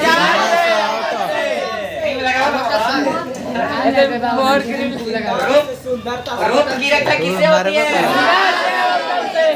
लगैला से, होटल लगैला से लगाइयो लो राती में सुते गई ना बोला नहीं जो ना हम बेसन हो। यस लड़की लोग ज्यादा जानती है सब बात है। आगे सुनिए, बेसन हल्दी। आगे कुल की रक्षा किससे होती है? सदाचरण से। कुल की रक्षा किससे होती है? सदाचरण से। किससे? सदाचरण से। कुल की रक्षा सदाचरण से होती है। किससे होती है? सदाचरण से। सदाचरण से होती है। पराक्रम किसका नाश करता है? अनर्थ का। पराक्रम अनर्थ का नाश करता है। पराक्रम किसका नाश करता है? अनर्थ का। पराक्रम किसका नाश करता है? अनर्थ का। आप शांत हो जाइएगा। अब हम बोल रहे हैं, आप लोग सुनिएगा। क्या करिएगा? हंसी मत। आगे नीति श्लोक का पाठ के अनुसार पंडित किसे कहा गया? सुनिएगा, नीति श्लोक का पाठ के अनुसार पंडित वे नहीं जो पंडित के कुल में जन्म लेते हैं या पंडित के घर में जन्म लेते हैं, बल्कि पंडित वे हैं जो सभी कार्यों को करना जानते हैं, सभी उपायों को जानते हैं तथा सभी रहस्यों को जानते हैं, है ना। जिनको काम, क्रोध, मोह, लोभ ये सब व्यथित नहीं करता है उसे ही क्या कहते हैं? पंडित कहते हैं। समझ में आया पंडित का डिफिनेशन? एक बार फिर से सुन लो। पंडित वे नहीं जो पंडित के कुल में या पंडित के घर में जन्म लेते हैं, बल्कि पंडित वे हैं जो सभी रहस्यों को जानते हैं, सभी उपायों को जानते हैं तथा जो सभी कर्मों को करना जानते हैं, और जिनके कार्य को न ठंडा, न गर्मी, न सर्दी, न भय, न क्रोध ये सब बाधा नहीं पहुंचाते हैं, उन्हें क्या बोलते हैं? पंडित बोलते हैं। उन्हें क्या बोलते हैं? कोई दिक्कत? आगे है नीति श्लोका पाठ के अनुसार नराधम या नीच किसे कहा गया है? तो नीति श्लोका पाठ के अनुसार नराधम या नीच उन्हें कहा गया है जो बिना बुलाए प्रवेश करे, बिना पूछे अत्यधिक बोले तथा जो अविश्वासियों पर विश्वास कर ले। सुनिए, नीति श्लोका पाठ के अनुसार नराधम या नीच उसे कहा गया है जो बिना बुलाए प्रवेश करे, बिना पूछे अत्यधिक बोले तथा जो अविश्वासियों पर विश्वास कर ले, वही नराधम नीच है। वही नराधम नीच है। इना की बाप बगल में शादी या नेवता ले के फोट चल लेनी नया नया पहिनी के पता चला कि लड़की वाला पूछला के ने तो लड़का देने से, लड़का वाला के ने तो लड़की देने से, तब पता चला कि बर्थडे पार्टी हो केनियो से ना राजी हो। बस ये कॉमेडी बना लो। अब तो कोनो दिक्कत नहीं है। 7वां चैप्टर कंप्लीट हो गया, यानी कि आधा सफर हम लोग का क्या हो गया? हो गया 45 मिनट में कितना मिनट में कंप्लीट? 45 नहीं सर जी 46 मिनट। चलिए अभी तो अभी कम से कम क्लास अभी आधा बचा है। चलिए बढ़ते हैं 8वां चैप्टर पे। सॉरी इसमें बचा है, जिसको ज्यादा होगा वो जाएगा, जिसको उल्टा होगा छूटेगा। सुन लीजिए, आगे है गाय भैंस एक दिन बाद में चली पढ़ ले तो जिंदगी भर काम सुना पढ़ ले तो कौन गाय भैंस खरीदा जाए। सुनिए, शांत रहिए और ध्यान से सुनिए। क्या करिए? ध्यान से सुनिए। उन्नति या ऐश्वर्य चाहने वाले मनुष्यों को किन चीजों को त्याग देना चाहिए? तो सुनिएगा, उन्नति या ऐश्वर्य चाहने वाले मनुष्यों को इन 6 चीजों का त्याग कर देना चाहिए। निंद्रा, तंद्रा, भय, क्रोध, आलस्य और निर्विशुद्धता। मेरे साथ बोलेंगे, निंद्रा, तंद्रा, भय, क्रोध, आलस्य और निर्विशुद्धता। इनको त्यागे बिना मनुष्य उन्नति के मार्ग पर नहीं चल सकता है। इनको त्यागिएगा ना तो धन नहीं मिलेगा, पैसा भी नहीं आएगा, और दिन भर रजाई में सोइएगा तो पैसा आएगा जी? मेहनत करना पड़ता है। क्या करना पड़ता है? आगे सुनिए, नीति श्लोका पाठ के अनुसार कैसे पुरुष सुलभ और कैसे पुरुष दुर्लभ है। गलत बात नहीं। बेवकूफ बैल ये सब काम करने से नंबर बढ़िया आएगा? पीछे से मारता है बकलूल, ए में खोदा खोदी कर लेगा, ए में चिवटा चिवटी काट लेगा। पीछे में मार रहा है कभी ना, नहीं तो मत करिए। आगे सुनिए, कोई दिक्कत नहीं है। सुनो, और चल जी भैया। बोला जा रहा है कि नीति श्लोका पाठ के अनुसार कैसे पुरुष सुलभ और कैसे पुरुष दुर्लभ है। तो नीति श्लोका पाठ के अनुसार बेवकूफ करन जो देखो जो तनी ना ये बोले देते ना जो तनी ठीक है ना वो भी गलती काम करता है। ये सब अच्छा नहीं लगता हमको। समझदार है, बेवकूफ, पढ़ने लिखने में ठीक है, तब वो क्या करेगा? ठीक है, नाम YouTube पर चली गई। आगे सुनिए, बोला जा रहा है कि नीति श्लोका पाठ के अनुसार वैसे पुरुष जो सदैव प्रिय बोलने वाले होते हैं आसानी से मिल जाते हैं। रोड़ा पर जीवन का ये सोनी का हाल बा ठीक बात हो। चलो सिंघाड़ा ना खेबो होने गोइले सनी मारे बड़ा खराब आदमी हो। सुनिए, जो प्रिय बोलने वाले होते हैं आसानी से मिल जाते हैं, किंतु अप्रिय लेकिन सही बोलने वाले, सही मार्ग बताने वाले और सुनने वाले लोग प्रायः दुर्लभ है।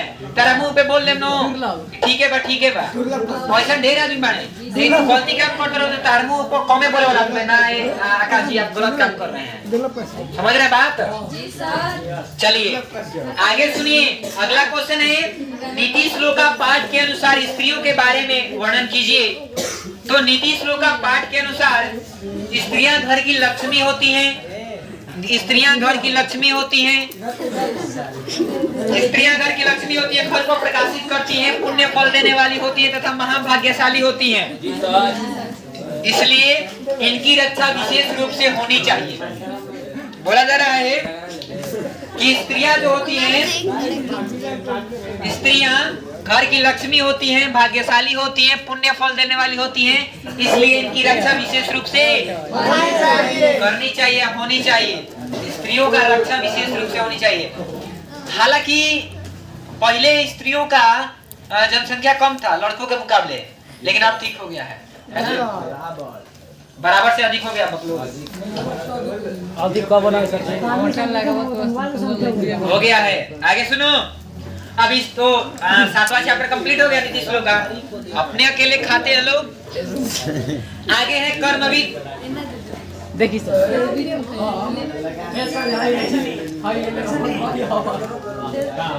नहीं सुनिए, आगे की कर्मवीर कौन था? कर्मवीर कौन था? राम प्रवेश राम था। कौन था? राम प्रवेश राम। हाँ, बहुत बढ़िया। बिहार राज्य के दुर्गम प्रांत में कौन गांव है? आरामे से अब के गांव के आदमी खोले गए हमनी के। बिहार राज्य के दुर्गम प्रांत में कौन गांव है? भीखनटोला। भीखनटोला गांव में शिक्षक ने किसको देखा? कतना सुन आगे सुनिए, कर्मवीर राम प्रवेश राम कहाँ उन्नत स्थान प्राप्त किया? केंद्रीय लोक सेवा परीक्षा, यानी विश्वविद्यालय। केंद्रीय लोक सेवा परीक्षा में राम प्रवेश राम ने उन्नत स्थान को क्या किया? प्राप्त किया। स्थान को प्राप्त किया। नहीं, आगे है कि कर्मवीर किससे उन्नत स्थान को प्राप्त किया? परिश्रम से। ध्यान से क्वेश्चन सुनिए, कर्मवीर किससे उन्नत स्थान को प्राप्त किया? परिश्रम से। किससे? सही बात है। ऐसे बात बताइए, बिना परिश्रम के कुछ हो सकता है? बिना परिश्रम के कुछ हो नहीं हो सकता। बिना परिश्रम के कुछ नहीं हो सका। राम के गांव का नाम क्या था? भीखनटोला। राम प्रवेश राम के गांव का नाम क्या था? भीखनटोला का क्या था? भीखनटोला देखने कौन आए? शिक्षक। भीखनटोला देखने कौन आए? शिक्षक आए। और बालक किसके शिक्षण शैली से उत्कृष्ट हुआ? शिक्षक। बालक किसके शिक्षण शैली से उत्कृष्ट हुआ? शिक्षक। किसके? शिक्षक के। किसके? चलिए अगला क्वेश्चन सुनिएगा। स्नातक परीक्षा में प्रथम स्थान प्राप्त कर किसका नाम रोशन किया? अपने विद्यालय का। अच्छा, मान लीजिए आप पढ़ते हैं राज्य स्कूल में, और राज्य स्कूल में टॉप करिएगा तो अपने विद्यालय का नाम रोशन करिएगा कि नहीं करिएगा? जरूर करिएगा। परिश्रमी पुरुष को कौन चुनता है? लक्ष्मी। कौन? लक्ष्मी। जो परिश्रमी होते हैं ना, जो मेहनती इंसान होते हैं, उन्हीं को लक्ष्मी उन्हीं के पास आती है। देखते हैं जो मजदूर वर्ग के लोग होते हैं, वो मेहनत करते हैं दिन भर, तब जाके 200 रुपया 300 रुपया कमाते हैं ना। देखिए, और ये मान लीजिए कि घर पे सोएंगे तो पैसा आएगा? नहीं आएगा। तो वही बोला जाता है ना कि मतलब कि परिश्रमी पुरुष को ही लक्ष्मी चुनती है। परिश्रमी पुरुष को ही क्या चुनती है? लक्ष्मी। और आगे बताइएगा कि प्राथमिक विद्यालय में कौन शिक्षक आए? सामाजिक समझता वाले। कौन से? सामाजिक समझता वाले। शिक्षक किसको शिक्षा देना आरंभ किया? दलित बालक को। शिक्षक किसको शिक्षा देना आरंभ किए? दलित बालक को। राम प्रवेश राम की प्रतिष्ठा कहाँ है? सभी जगह। अच्छा, एक बात बताइए, अगर आप कोई स्कूल में, हाई स्कूल में टॉप करिएगा ना, खाली वहीं पे नाम नहीं होगा, सब जगह होगा। है सही बात है। कि राम प्रवेश राम की प्रतिष्ठा कहाँ है? सभी जगह, सभी जगह है। कहाँ पे है? सभी जगह, सभी जगह। कहाँ पे? सभी जगह। कोई दिक्कत नहीं, कोई परेशानी नहीं। नहीं। तो अब ध्यान से क्या करेगा? सुनिएगा। ए बात मत करो, शांति से रहो। क्वेश्चन सुनिए। भीखनटोला गांव कैसा है? स्पष्ट करें। भीखनटोला गांव कैसा है? स्पष्ट करें। तो सुनिएगा। भीखनटोला गांव बिहार राज्य के दुर्गम प्रांत में स्थित है और वहां पे अशिक्षित, धनहीन और कष्टदायक जीवन जीते हुए लोग निवास करते हैं। कुछ लोग गांव से बाहर कुटिया बना के रहते हैं और इस गांव में 1 मील की दूरी पर प्राथमिक विद्यालय है। इस गांव में कितने मील की दूरी पर? 1 मील की दूरी पर क्या है? प्राथमिक विद्यालय। प्रकाश जी पानी लाइएगा ना, प्यास लग गया आपको। आगे सुनिएगा, अगला क्वेश्चन सुनिएगा। अगला क्वेश्चन है भैया, अगला क्वेश्चन सुनिएगा नीचे से। राम प्रवेश राम केंद्रीय प्रशासनिक सेवा परीक्षा में किस प्रकार सफल हुआ? तो सुनिए, राम प्रवेश राम केंद्रीय प्रशासनिक सेवा परीक्षा में वह जो था ना, वो कर्मठ और गरीब छात्र था। कैसा छात्र था? गरीब छात्र। वह कष्टदायक जीवन जीते हुए भी अध्ययन में लगा रहता था। वह कष्टदायक जीवन जीते हुए भी अध्ययन में लगा रहता था। किसमें लगा रहता था? अध्ययन में लगा रहता था। कोई दिक्कत है? और आगे है कि वह पुस्तकालय में पुस्तक पढ़ करके और अपने से नीचे वर्ग के बच्चों को ट्यूशन पढ़ाता था। और अपने से नीचे वर्ग के बच्चों को क्या करता था? ट्यूशन पढ़ाता था। और अपनी लगन और परिश्रम के बल पे, सुनिएगा, सुनिए, छोड़ दीजिए। अपनी लगन और परिश्रम के बल पे उन्होंने केंद्रीय प्रशासनिक सेवा परीक्षा में उन्नत स्थान प्राप्त किया। आगे सुनिएगा, बंद मत करिएगा, सुनिए। राम प्रवेश राम का चरित्र चित्रण करें। अगला क्वेश्चन है, राम प्रवेश राम का चरित्र चित्रण करें। तो सही जवाब है राम प्रवेश राम इस कथा का प्रमुख पात्र है। इस कथा का क्या है? प्रमुख पात्र है। वह बिहार राज्य के दुर्गम प्रांत में भीखनटोला नामक गांव में निवास करता है। खेलों में लगा रहने वाला राम प्रवेश राम अध्यापक की छत्र छाया में पाकर के पढ़ने लगा। किसकी छत्र छाया में? अध्यापक की छत्र छाया में पढ़ने लगा और गुरु का आशीर्वाद और परिश्रम उसकी सफलता की सीढ़ियां बनती गई। गुरु का आशीर्वाद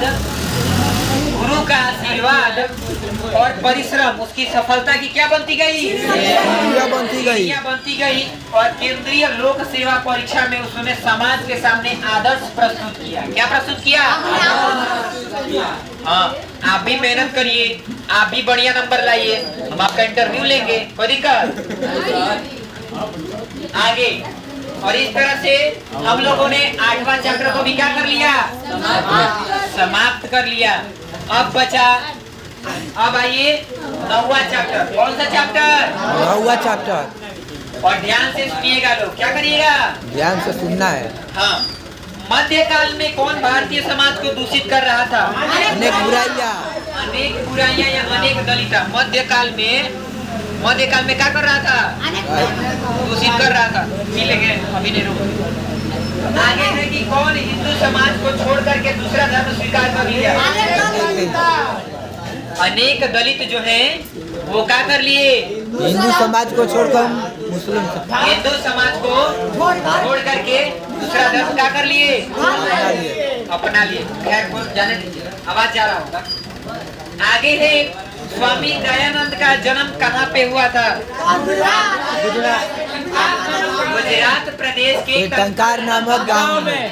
क्वेश्चन आपके बोर्ड के एग्जाम में पूछेगा, क्वेश्चन आपके बोर्ड के एग्जाम में रहेगा, क्या रहेगा कि स्वामी दयानंद का जन्म कहाँ हुआ था? गुजरात प्रदेश के टंकार नामक गांव में। गुजरात प्रदेश के टंकार नामक गांव में। आगे बढ़े। शिव के मूर्ति पर चढ़ाए गए प्रसाद को कौन खा रहा था? शिव के मूर्ति पर चढ़ाए गए प्रसाद को कौन खा रहा था? और आगे है रात्रि जागरण को छोड़कर मूल शंकर कहाँ चले गए? मूल शंकर कहाँ चले गए? और क्वेश्चन आपसे ये भी पूछेगा कि स्वामी दयानंद के बचपन का नाम था? मूल शंकर। याद रखिएगा, स्वामी दयानंद के बचपन का नाम क्या था? मूल शंकर था। क्या था? हाँ जी, बहुत बढ़िया। और स्वामी दयानंद का जन्म कब हुआ? 1824 में। बताइएगा, स्वामी दयानंद का जन्म कब हुआ? 1824। स्वामी दयानंद किस परिवार से संबंधित थे? ब्राह्मण परिवार रे। उम्मत कर दिया, दलित परिवार से। तो स्वामी दयानंद किस परिवार से बिलोंग करते थे? ब्राह्मण परिवार। किस परिवार से? ब्राह्मण परिवार से। आगे है कि स्वामी दयानंद के गुरु का नाम क्या? ध्यान रखिएगा, बोर्ड के एग्जाम में क्वेश्चन पूछेगा, थोड़ा सुन लीजिए। अभी आप लोग मत बोलिएगा, हम ही बोल रहे हैं कि स्वामी दयानंद के गुरु का नाम तो विरजानंद। क्या था? उतना ज्यादा ना। आगे है कि स्वामी जी का किसके प्रति अविश्वास हो गया? मूर्ति पूजा। किसकी?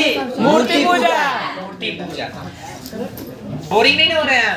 आशीष बोलिएगा ना, बोरिंग नहीं लगेगा। खूब याद कर लीजिएगा बढ़िया से। और देखिए, एक बात ध्यान रखिएगा, इसी से आप लोग के एग्जाम में क्वेश्चन रहेगा, इससे बाहर नहीं रहेगा, इसलिए पढ़ना है। विरजानंद कहाँ के रहने वाले थे? जो स्वामी जी के गुरु जी थे विरजानंद, कहाँ के रहने वाले थे?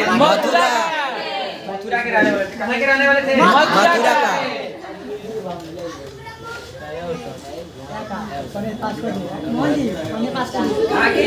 मथुरा का। कहाँ के रहने वाले थे? मथुरा के। कोई दिक्कत है? नहीं। आगे बताइए भैया। आगे है क्वेश्चन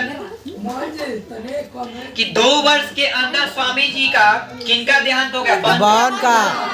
2 मिनट बैठ जाइए। 2 मिनट के अंदर किनका देहांत हो गया? बहन का। अरे नहीं, क्या बोल दिए? 2 दिन बोले 2 मिनट। पढ़ा रहे हैं, गलत हो गया, गलत। सुनिए, फिर से सुन लीजिए कि 2 वर्ष के बाद उनकी बहन का क्या हो गया? मृत्यु हो गया। मिनट बोल दिए। हाँ, मिनट 2 दिन 2 मिनट। क्षमा चाहते हैं। आगे सुनिए।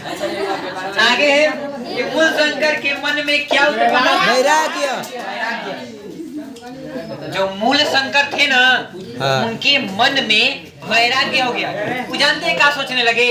वो सोचने लगे कि भगवान अगर रहते तो हमारी बहन मरती, अगर भगवान रहते तो हम चूहा खाता प्रसादी को। इसी वजह से उनके मन में वैराग्य उत्पन्न हो गया। इनका नंबर कितना था टेस्ट में? 33।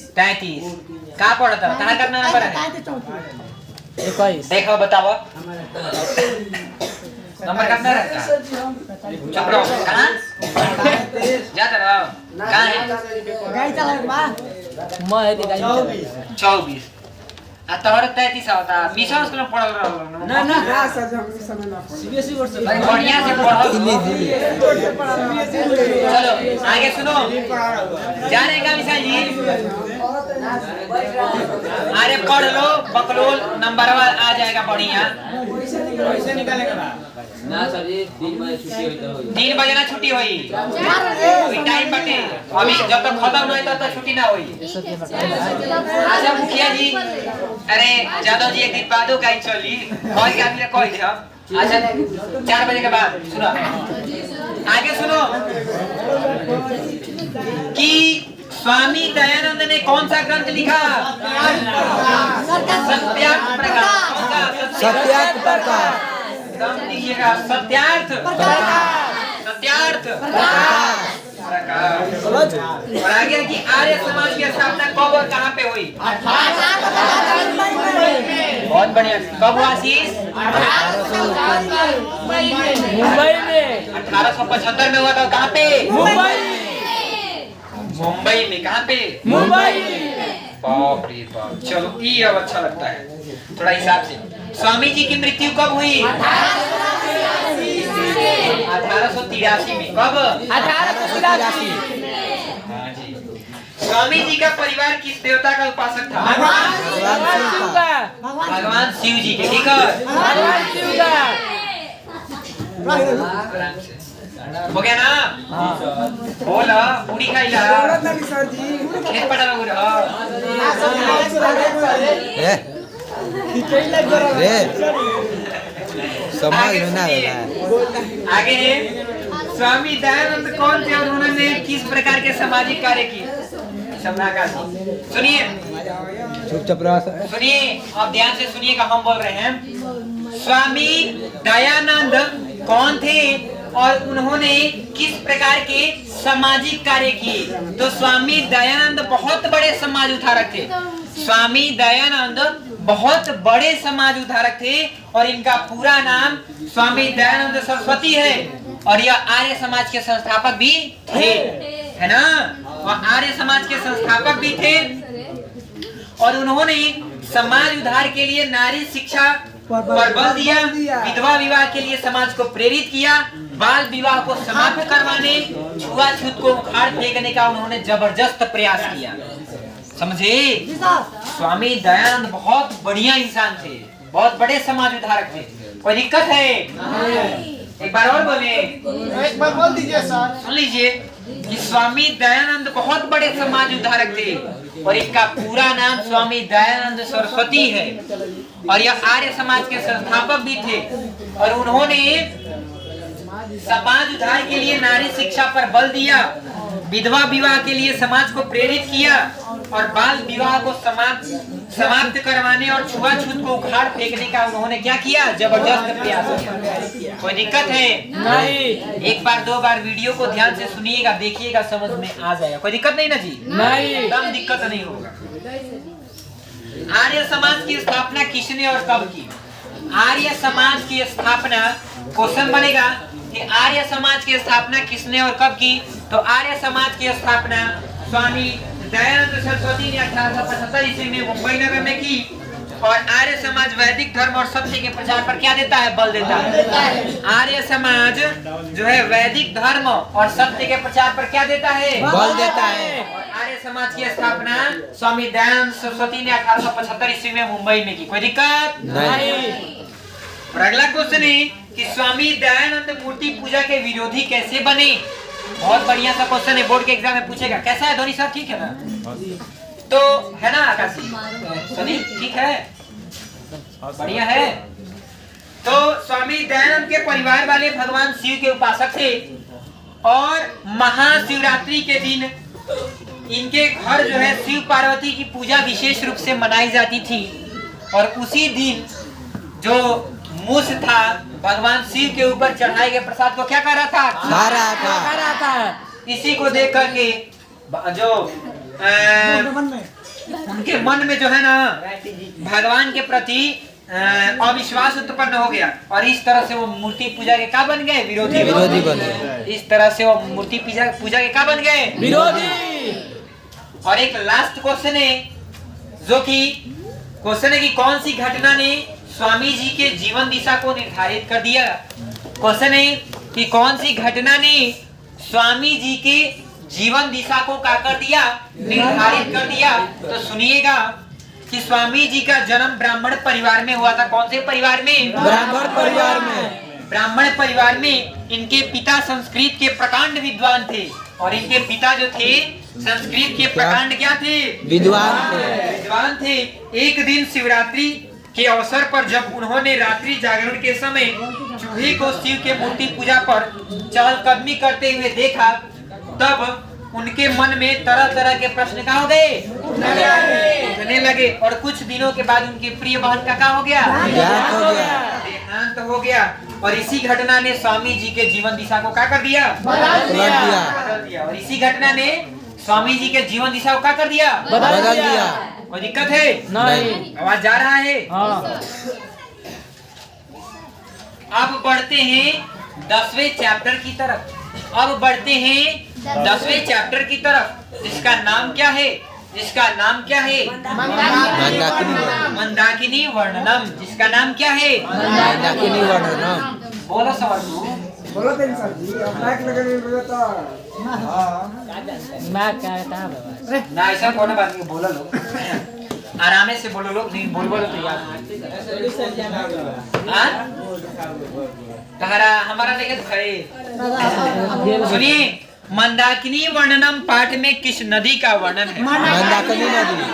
मंदाकिनी नदी का। मंदाकिनी वर्णनम पाठ में किस नदी का वर्णन है? मंदाकिनी नदी का। मंदाकिनी नदी का।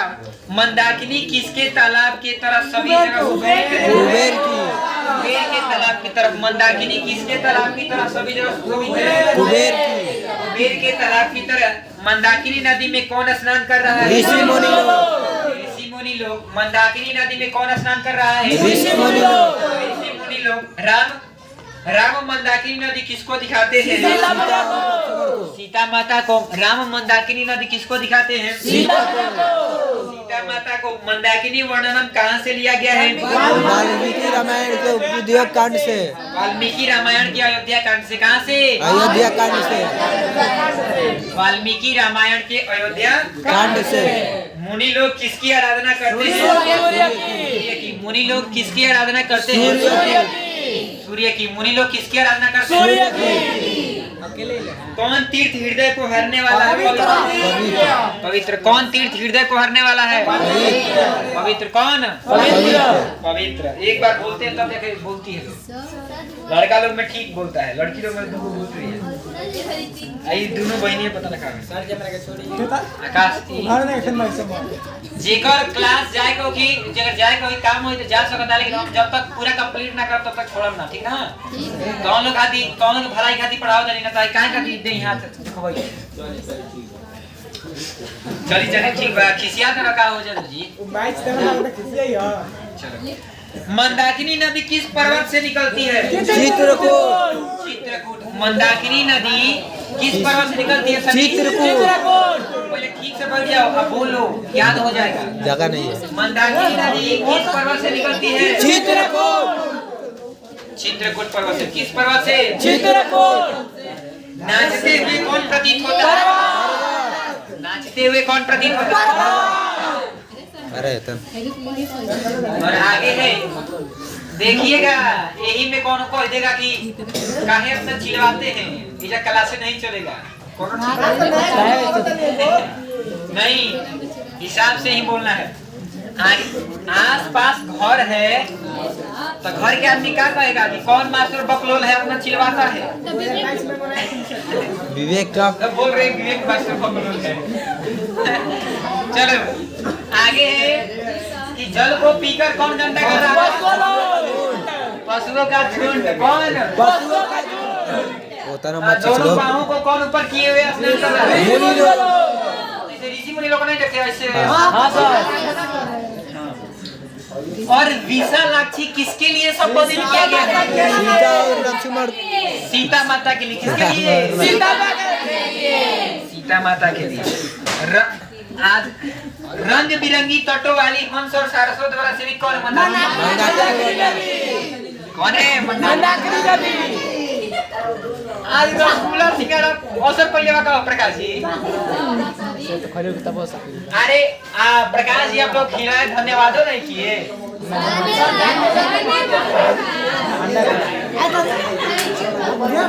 आगे सुनिए, मेरी तरफ से तो उनको धन्यवाद है हमेशा और आशीर्वाद भी है।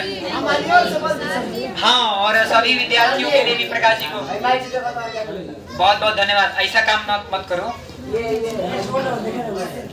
आप अपना काम करो, बढ़िया से पढ़ो। आगे मत करिए ऐसा। मंदाकिनी वर्णनम पाठ के रचनाकार कौन है? वाल्मीकि। मंदाकिनी वर्णनम पाठ के रचनाकार कौन है? मंदाकिनी वर्णनम पाठ के रचनाकार कौन है? मंदाकिनी। कहाँ है वाल्मीकि जी? कहाँ है? मीठा वचन कौन बोलता है? चकवा चकवा। ए प्रकाश जी देखिए कौन कर रहा है, बीच में बैठा दीजिए अपने पास। क्या करता है ये तो अब हट ये इतना सीधवा है लेकिन काहे आंटी करता है बकलोल? ऐसे ही कर रहा है, जा रहे घर के जाता जा घरे नंबर आई 20 नंबर का हमरा मत कहियो। इतना आप लोगों के लिए मेहनत करते हैं, कुछ समझ में आता है? मेरा खाए पिया है 9 बजे से। आगे है किस पाठ में किसका चित्रण है प्रकृति का? प्रकृति का। क्वेश्चन डाले थे ना? हाँ तो क्वेश्चन आएगा ना कि मंदाकिनी वर्णनम पाठ में किसका चित्रण है? प्रकृति का। प्रकृति का। किसका? प्रकृति का। बोलिए ध्वनि सर। और वनवास के समय राम किसके साथ वन जाते हैं? सीता और लक्ष्मण के साथ। सीता और लक्ष्मण के साथ। अब शांत हो जाइएगा, अब हमको बोलने दीजिए और आप लोग क्या करिएगा? सुनिए। क्या करिएगा? हाँ जी सुनिएगा। तो क्वेश्चन है जी मोहन जी जाइए। राम ने मंदाकिनी वर्णनम पाठ में सीता को किन किन नामों से संबोधित किया है? राम ने मंदाकिनी वर्णनम पाठ में सीता को किन किन नामों से संबोधित किया है? तो राम ने मंदाकिनी वर्णनम पाठ में सीता को निम्नलिखित नामों से संबोधित किया है। हे सीते, हे प्रिय, हे विशालाक्षी, हे तनु मध्य में, हे कल्याणी और हे सुभने। फिर से सुनिए। हे सीते, बोलिए हे सीते, हे प्रिय, हे विशालाक्षी, हे तनु मध्य में, हे तनु मध्य में, हे कल्याणी और हे शोभने। ई वर्ड यूज होता था पहले जमाने में। आज जो चला गया अपने आप को बड़ा होशियार समझता है लोग। देखना कैसे नंबर का होता है। इतना महीना से 2-2 घंटा 3-3 घंटा क्लास लेते हैं तो तुम लोग आंटी करता है। आगे है मुस्कुराना खराब नहीं है, लेकिन सब हर समय मुस्कुराना खराब है। आप केहू के मरा नहीं पकड़ी बड़ा हंसे लगा पीटी पाटी दिया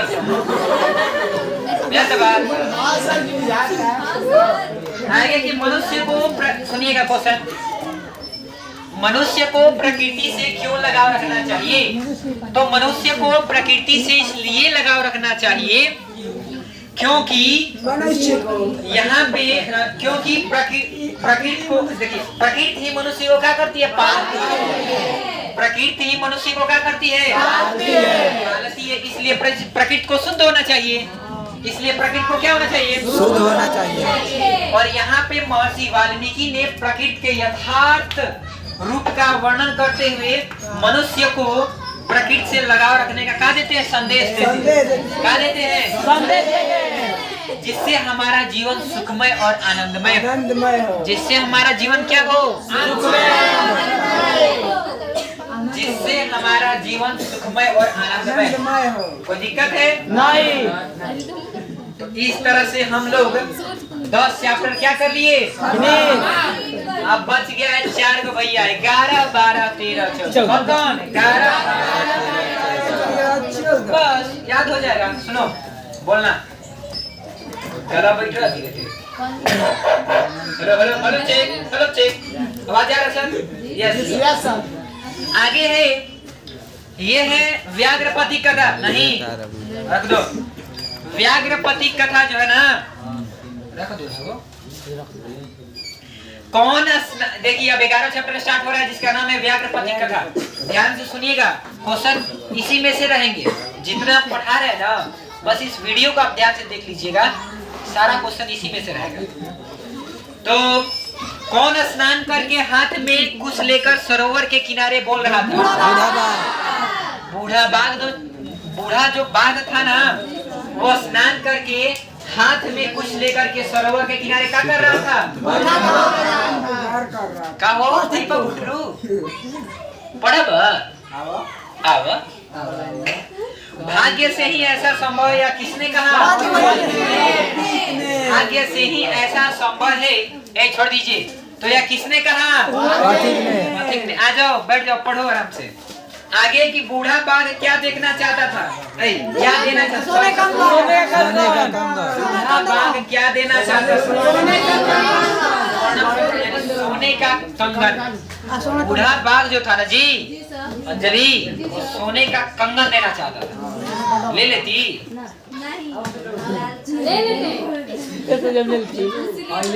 पथिक को पकड़कर किसने खाया? शेर ना बाघ। ए, मत बोल, मत बोल। हमें बोले तो सर पथिक को पकड़कर किसने खाया? बूढ़ा बाघ। किसने? बूढ़ा बाघ। कोई दिक्कत है? पक्का ना? आगे बढ़े ना? बड़े सर पक्की बात। पक्की बात। बूढ़ा बाघ कहाँ बोल रहा था? सरस्वती। बूढ़ा बाघ कहाँ बोल रहा था? सरस्वती रे। बूढ़ा बाघ कहाँ बोल रहा था? सरस्वती रे। ध्यान रहिए जी, गलत मत करो। सरस्वती रे यानी सरोवर के किनारे। कहाँ पे? सरोवर के किनारे। बच्चा लोग हल्ला मत करो। आगे है कि कौन लालच में फंस गया? कौन लालच में फंस गया? फसिक नहीं, पथिक। क्या? पति अच्छा देखो, ज्यादा लालच भी करना पाप है। नदी किनारे वहाँ पे जाना मना है। वहाँ पे जाना पाप है। बोल रहा है क्या? छोटा शेर बोलो। नाचते कहे हैं। अब बताइए कौन सोने के कंगन को देना चाहता था? बूढ़ा बाघ। वंशहीन कौन था? बूढ़ा बाघ। थोड़ा सा वॉल्यूम अपना धीरे करिए, आराम से बोलिए, हम बोलते हैं। चिल्ला के नहीं तो हमारा आराम से याद हो जाएगा। बूढ़ा बाघ कैसा था? तो सुन लीजिए आंसर। बूढ़ा बाघ सहनशील, गले हुए नख दंत वाला था। कैसा था? अच्छा, बाघ क्या पढ़ा था जी? बाघ क्या पढ़ा था? शास्त्र पढ़ा था। बाघ क्या पढ़ा था? शास्त्र पढ़ा था। ये भैया किसके पुत्र और पत्नी मर गए? बूढ़ा बाघ के पुत्र और क्या पत्नी मर गए। टपक गए। जाओ क्लियर हो गए। बाबा के घर आगे सुनो। परमात्मा को प्यारे हो गए। नारायण पंडित ने कौन सा ग्रंथ लिखा? नारायण पंडित ने कौन सा ग्रंथ लिखा? तो आगे सुनिएगा। व्याघ्रपति कथा कहाँ से लिया गया है? हितोपदेश के मित्र लाभ खंड से। हितोपदेश के मित्र लाभ खंड से। हितोपदेश के मित्र लाभ खंड से। कोई बोरिंग महसूस नहीं कर रहा है जी? पूरा कंप्लीट करवा के छोड़ेंगे। अच्छा लग रहा है? समझ में आ रहा है? आगे कि व्याघ्र कथा में किसका वर्णन है? लोभ के दुष्परिणाम का। लोभ के दुष्परिणाम का। लोभ करिएगा तो क्या उसका दुष्परिणाम होगा? समझ रहे हैं? चलिए ठीक है। आगे है, पहली कोट पढ़ क्या कीजिए तुम? आगे इंद्र स्वर्ण कंकणम गृहताम किसका वर्णन है? किसका? अब आ जाइए। अब शांति से सुन लीजिएगा। अब इसका लघुत्तरीय प्रश्न करवाते हैं। क्या करवाते हैं? लघुत्तरीय प्रश्न करवाते हैं। ठीक है ना जी? सुनो, ध्यान से सुनना। व्याघ्रपति कथा से हमें क्या शिक्षा मिलती है? क्वेश्चन सुनिए। व्याघ्रपति कथा से हमें क्या शिक्षा मिलती है? तो इसका सही जवाब होगा व्याघ्रपति कथा से हमें यही शिक्षा मिलती है कि हमें कभी भी लोभ नहीं करना चाहिए। नहीं करना चाहिए और हिंसक जानवरों पर विश्वास नहीं करना चाहिए। अगर अपने किसी समस्या का समाधान किसी दुष्ट के हाथ में हो तो कभी भी लोभ नहीं करना चाहिए। मत करिए लोग बाबुआ। ऐसे एक बार सुन लो फिर से। व्याघ्रपति कथा से हमें यही शिक्षा मिलती है कि हमें कभी भी लोभ नहीं करना चाहिए, लालच नहीं करना चाहिए और हिंसक जानवरों पर विश्वास नहीं करना चाहिए। और जब भी आपके समस्या का समाधान, जब भी आपकी किसी समस्या का समाधान किसी दुष्ट के हाथ में हो तब तो पक्का नहीं करना चाहिए। ठीक है जी? जी सर। और आगे है भैया अगला क्वेश्चन है कि पथिक को फंसाने के लिए बाघ ने का तर्क दिया। केहू के फंसावा कुछ भी करे के बाद तो बढ़िया तर्क चाहिए। है ना? अब जाके कह बोलो कि हम तारा लिए ताजमहल बनवा देंगे घरे काराकोट पे, तो ना ऐसे कुछ नहीं करेंगे। मतलब ये कि तर्क सही होके के चाहिए। मतलब तर्क सही होना चाहिए। सही नहीं, सब बात नहीं। तो पथिक को फंसाने के लिए बाघ ने यह तर्क दिया कि जब जवानी में मैं बूढ़ा था, जब मैं जवान था ना, जब मैं युवावस्था में था, तब मेरे अनेक मतलब गायों और मनुष्यों को मारने से मेरे पत्नी और बच्चे मर गए। अब मैं वंशहीन हूँ और किसी बढ़िया व्यक्ति, सज्जन व्यक्ति के कहने से मैं दान धर्म करने चला हूँ, तो मैं कैसे विश्वास का पात्र नहीं हूँ? बताओ भला, मैं हूँ कि नहीं हूँ? फंस गया, अरे भाई तो बुढ़वा सही, बाघवा सही कह रहा है, कैसे सुन लो? बोला जाए कि पथिक को फंसाने के लिए बाघ ने यह तर्क दिया कि जब मैं युवावस्था में था, जब मैं जवानी में था, तब मैंने अनेक गायों और पशुओं को मार के खाने से मेरे पत्नी और बच्चे मर गए। अब मैं वंशहीन हूँ और मैं ये किसी सज्जन व्यक्ति के कहने से मैं ये दान धर्म करने चला हूँ, तो मैं कैसे विश्वास का पात्र नहीं? कोई दिक्कत है? नहीं। कोई दिक्कत है? नहीं। पक्की बात? पक्की बात। चलिए। नहीं, डिस्चार्ज नहीं होगा। आगे है 12 नंबर चैप्टर जिसका नाम है कर्णस्य दानवीरता। क्या नाम है? कर्णस्य दानवीरता। जानते हैं प्रकाश जी, इस चैप्टर से पक्का एग्जाम में क्वेश्चन आएगा। और देखिएगा कैसे करवाते हैं, उसको याद कर लेना सब कोई। ध्वनि से सुनिए। आपकी बनावट है, आपकी बारी आकाश जी बनावट है, शनिवार के टेस्ट हुई। आकाश जी सुनिए, कर्णस्य दानवीरता पाठ कहाँ से लिया गया है? कर्णभार नाटक से। सुनिए, बोलिए। कर्णस्य दानवीरता जो है पाठ कहाँ से लिया गया है? कर्णस्य दानवीरता तो कर्णभार नाटक से। आगे बढ़े। आगे की कर्णभार नाटक किसने लिखा? कर्णभार नाटक किसने लिखा? किसने? आगे आगे है कि भास के कुल कितने नाटक मिले? 13। कितने? 13। भास के कुल कितने नाटक मिले हैं? तो 13। पक्का आपके बोर्ड के एग्जाम में पूछेगा 13। भास के कुल कितने नाटक प्राप्त हुए हैं? 13। भास के नाटक का आधार क्या है? महाभारत। भास के नाटक का आधार क्या है? महाभारत। भास के नाटक का आधार क्या है? महाभारत। और ब्राह्मण के रूप में कौन प्रवेश करता है? शक्र इंद्र। शक्र या इंद्र। ब्राह्मण के रूप में कौन प्रवेश होता है? शक्र या इंद्र। शक्र यानी इंद्र। इंद्र लगने लगा खाली अभी तो बहुत समय है। नहीं सर, नींद नहीं लग रहा। बोलोगी लोग?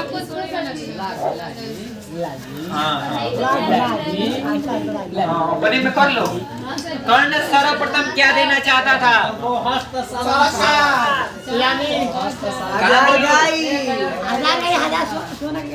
तो गो सहस्र सालक का। गो सहस्र सालक का। समय के साथ किसका नाश हो जाता है? शिक्षा। शिक्षा का। बोला जाता है कि समय के साथ किसका नाश हो जाता है? शिक्षा का। सही बात है कि गलत? जवानी में बड़ा तो मच याद रहता, बुढ़ौती में अरे चमचवा कहाँ रख देनी है? चश्मा का रख। तो चश्मा कहाँ रख देनी है? डंडवा कहाँ में लिया? तो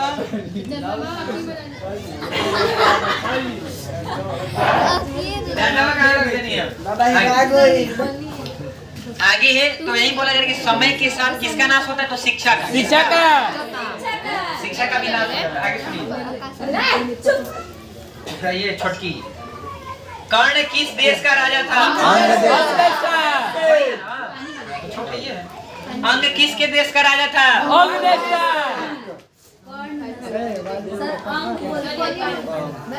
था कर्ण देश का राजा। कर्ण अंग देश का राजा। सदैव क्या रहता है? दिया हुआ दिया हुआ था। ठीक है ना प्रकाश जी? बोला जा रहा है कि कर्ण सदैव क्या रहता है? दिया हुआ था। ऐसे ना कभी कभी अपन कमाई के 5-10% दान भी दे देने की चाहिए।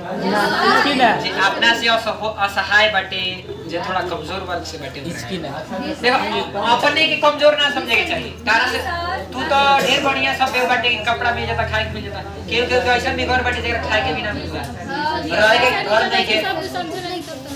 तो पहले आप समझ जाओ, सबको समझा देना। गलत आगे। देख कर्ण किसका पुत्र था? कुंती एवं आशीष बोलो पीछे से। कुंती एवं सूर्य का। और आगे है, अब थोड़ा आराम आराम से सुनिएगा। कर्ण के शरीर में जन्म से पहले क्या मिला? कवच और कुंडल। कवच और कुंडल। कर्ण के सारथी का नाम क्या था? शल्य। कर्ण की सारथी का नाम क्या था? कर्ण की सारथी का नाम क्या था? आगे कर्ण कौन था? उनकी, अब देखिए लघुत्तरीय प्रश्न की तरफ बढ़ रहे हैं और आप लोगों ने बोला है सिर्फ सुनना है कि कर्ण कौन था और उनकी क्या विशेषता थी। कर्ण कौन था और उनकी क्या विशेषता थी? तो कर्ण कुंती और सूर्य का पुत्र था। कर्ण कुंती और सूर्य का पुत्र था, जिसे हम लोग राधेय के नाम से जानते हैं। जिसे हम लोग राधेय के नाम से जानते हैं। उसकी विशेषता ये थी कि जब तक उसके मतलब कि जन्म से उस पे उसको कवच और कुंडल प्राप्त था, और जब तक उसके शरीर पे कवच और कुंडल विद्यमान रहता, तब तक उसे कोई भी नहीं मार सकता था, यहाँ तक कि देवता और दानव भी नहीं। तो फिर से सुन लीजिए, क्योंकि ये चैप्टर महत्वपूर्ण है आपके बोर्ड के एग्जाम के व्यू से। आपका इससे क्वेश्चन रहेगा ही रहेगा ना। तो सुनिए, कर्ण कुंती और सूर्य का पुत्र था, जिसे हम लोग राधेय के नाम से जानते हैं, और उसको जन्म से ही कवच और कुंडल प्राप्त था। जब तक उसके शरीर पर कवच और कुंडल रहता, तब तक उसे कोई नहीं मार सकता था। इसीलिए यही कर्ण की विशेषता थी। कोई दिक्कत है? नहीं सर। आगे है कि इंद्र ने कर्ण को दीर्घायु होने का आशीर्वाद क्यों नहीं दिया? इंद्र ने कर्ण को दीर्घायु होने का आशीर्वाद इसलिए नहीं दिया क्योंकि वह जानता था कि अगर मैं कर्ण को दीर्घायु होने का आशीर्वाद दे देता हूँ, तब अर्जुन को युद्ध में विजय श्री नहीं मिल सकती थी। इसीलिए इंद्र ने कर्ण को दीर्घायु होने का आशीर्वाद नहीं दिया। कोई दिक्कत नहीं आकाश जी, सेम ही है। आगे बढ़े। ठीक है सर। आगे सुनो, आगे है कि कर्ण की दानवीरता क्यों प्रसिद्ध है। क्वेश्चन है, कर्ण की दानवीरता क्यों प्रसिद्ध है? तो बहुत आसान इसका आंसर है कि कर्ण की दानवीरता इसलिए प्रसिद्ध है क्योंकि वह जानता था कि जब तक मेरे शरीर पर कवच और कुंडल रहता, तब तक मुझे कोई नहीं मार सकता था।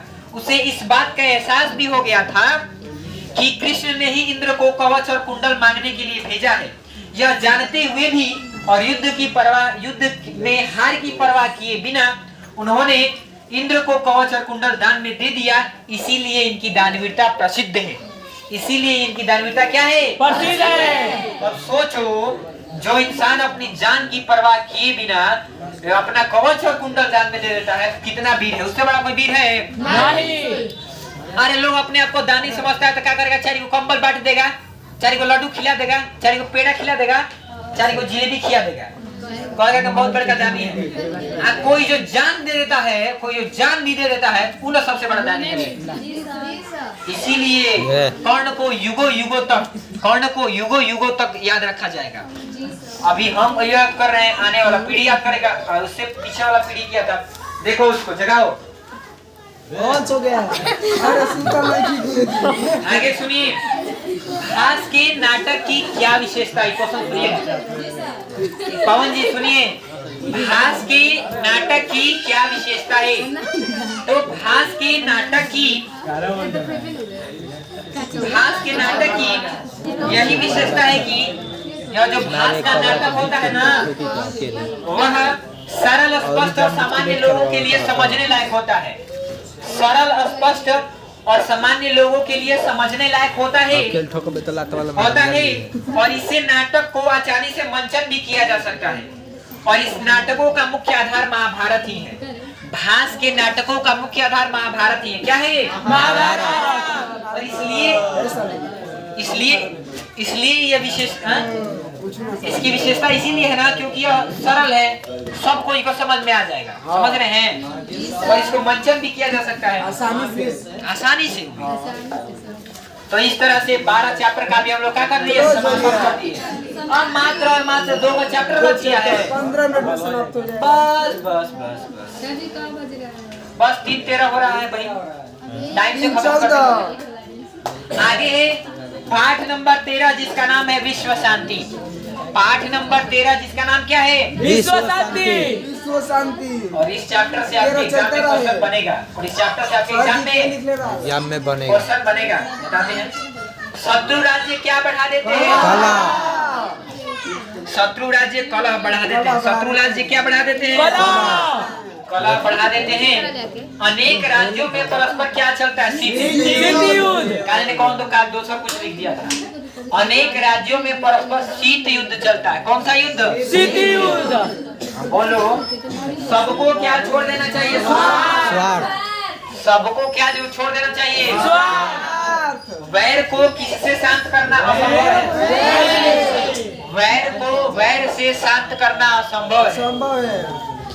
क्रिया के बिना क्या बोझ के समान है? क्रिया यानी कार्य नहीं करिएगा ना, ज्ञान बोझ के समान है। अरे ज्ञान रख के क्या करिएगा जब कुछ करबे नहीं करिएगा? बहुत तेजी है जाके लिखबे नहीं करिएगा तो नंबर आएगा नहीं। किसने कहा था कि वैर को वैर से शांत नहीं किया जा सकता? महात्मा बुद्ध ने कहा था कि वैर को वैर से शांत नहीं किया जा सकता है। करना क्या है? असंभव। कौन जी आपको ठंडा नहीं लग रहा है? लागी लेट से लागी। आगे है कि अशांति के सागर के बीच में क्या है? संसार। अशांति के सागर के बीच में क्या है? संसार। संसार जो है ना अशांति के सागर के बीच में। अशांति के सागर के बीच में क्या है? संसार। बहुत बढ़िया। और सुनिए भैया कि वैर को कौन बढ़ाता है? स्वार्थ। सुनो जादव जी, वैर को कौन बढ़ाता है? स्वार्थ। असहिष्णुता किसको जन्म देती है? असहिष्णुता किसको जन्म देती है? असहिष्णुता किसको जन्म देती है? द्वेष और असहिष्णुता आज विश्व को विध्वंस करने वाले क्या खोजे जा चुके हैं? क्वेश्चन सुनिए, आज विश्व को विध्वंस करने के लिए क्या खोजे जा चुके हैं? उतना ज्यादा नहीं, आराम से। अस्त्र शस्त्र। क्या? अस्त्र शस्त्र। अर्थ अस्त्र शस्त्र। अर्थ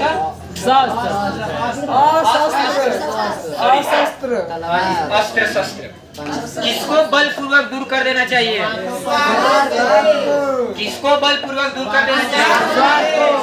किसको बलपूर्वक दूर कर देना चाहिए? किसको बलपूर्वक दूर कर देना चाहिए? किसको बलपूर्वक दूर कर देना चाहिए? किसको बलपूर्वक दूर कर देना चाहिए? स्वार्थ। हाँ सर आप आइए। आइए सर। तो बोला जा रहा है, एक दोस्त है उनको बुलाएं, 2 मिनट खाली कुछ बात करिए। अशांति किसका नाश करता है? अशांति किसका नाश करता है? उन्हीं का ये स्टैंड माइक वगैरह है। अशांति किसका नाश करता है? मानव का। और दुख का कारण क्या है? अशांति। दुख का कारण अशांति। अरे रहते हैं घर में ना, अगर शांति नहीं रहेगा ना तो एकदम कलह हुआ रहता है, बड़ा दुख होता है, होता है। घर में करो भाई कर तो ठीक लगेगा, तो वही दुख का कारण है। वही दुख का क्या है? कारण है। अब है कि वसुधैव कुटुंबकम किसके लिए है? वसुधैव कुटुंबकम किसके लिए है? उदार चरित्र वालों के लिए। किसके लिए?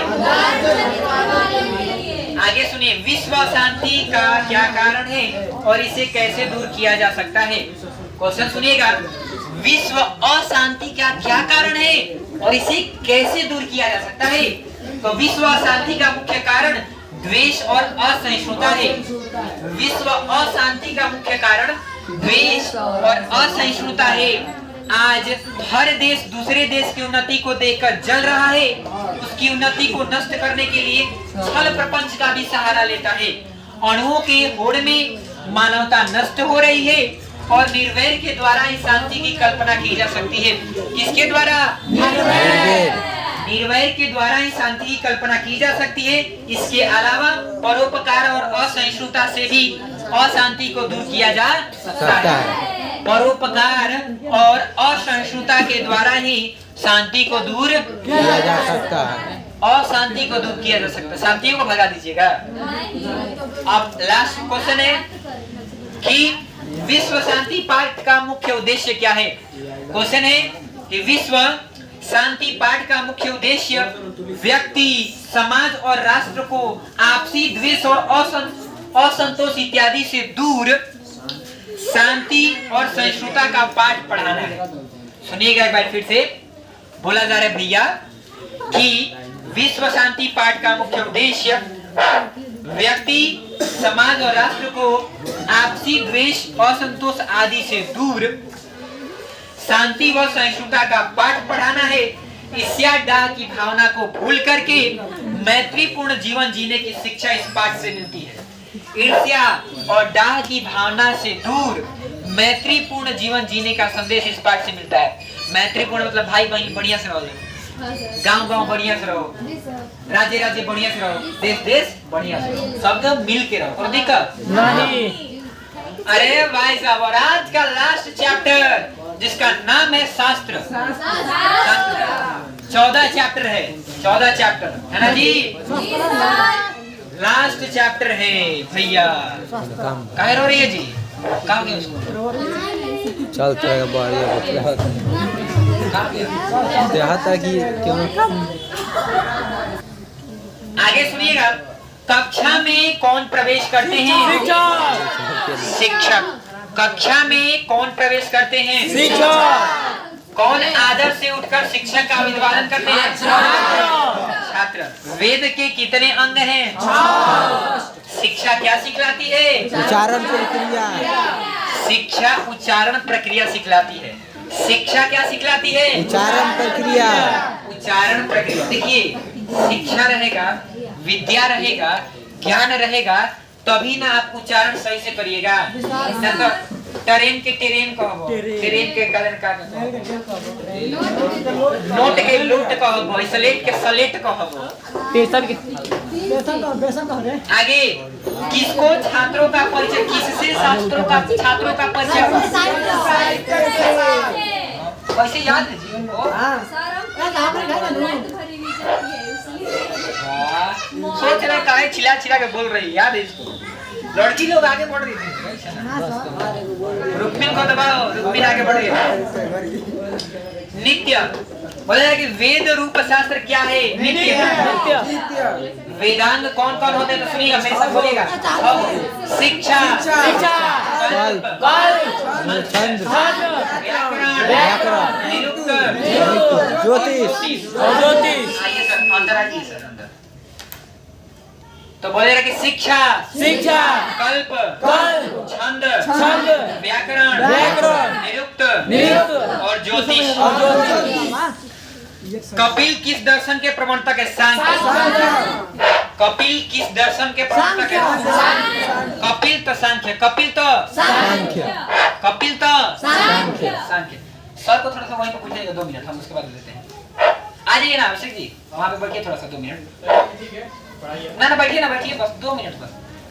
तो बोला जाता है कि कपिल किस दर्शन के प्रवर्तक है? सांख्य। कपिल सांख्य। और निरुक्त का कार्य क्या है? तो वेदांत। गलती की थी ना, याद रखना। निरुक्त का कार्य क्या है? वेदार्थ बोध। एक बात हमेशा याद रखना, इस चैप्टर से तुम लोग का पक्का 2 क्वेश्चन रहेगा। पक्का कहोगो? 2 हाँ, 2 ज्यादा बोला, 2 नंबर आ जाएगा। आगे सुनिए। अब इसका लास्ट चैप्टर का लघुत्तरीय चैप्टर है, लघुत्तरीय प्रश्न है, सुनिएगा। और इससे बोर्ड के एग्जाम में पक्का क्वेश्चन बनेगा, इसलिए इस वीडियो को भी बार बार देख लीजिएगा। जब भी आपको रिवीजन करने का मन करेगा तो एकदम पक्का देख लीजिएगा। शास्त्र किसे कहते हैं और इसकी क्या विशेषता है? सुनिएगा, शास्त्र किसे कहते हैं और इसकी क्या विशेषता है? तो ज्ञान का शासक कौन होता है? शास्त्र। ज्ञान का शासक कौन? शास्त्र। जो मानव को कर्तव्यों और अकर्तव्यों के बारे में बताता है। शास्त्र ही मानव को कर्तव्यों और अकर्तव्यों के बारे में क्या करता है? बताता है, जिससे संसारिक विषयों में अनुरक्ति, विरक्ति और मानव रचित कृतियों का जो मानव द्वारा उद्देश्य दिया जाता है और उसे ही शास्त्र कहा जाता है। और पाश्चात्य देशों में यानी दूसरे देशों में अनुशासन को ही क्या कहा गया है? शास्त्र कहा गया है। शास्त्र। देखो दूसरा देश में ना अनुशासन के ही शास्त्र बोल रहे बैठे। जहाँ पे भी अनुशासन रही, डिसिप्लिन रही, शिष्टाचार्य रही, वो या तो बहुत अच्छा रही।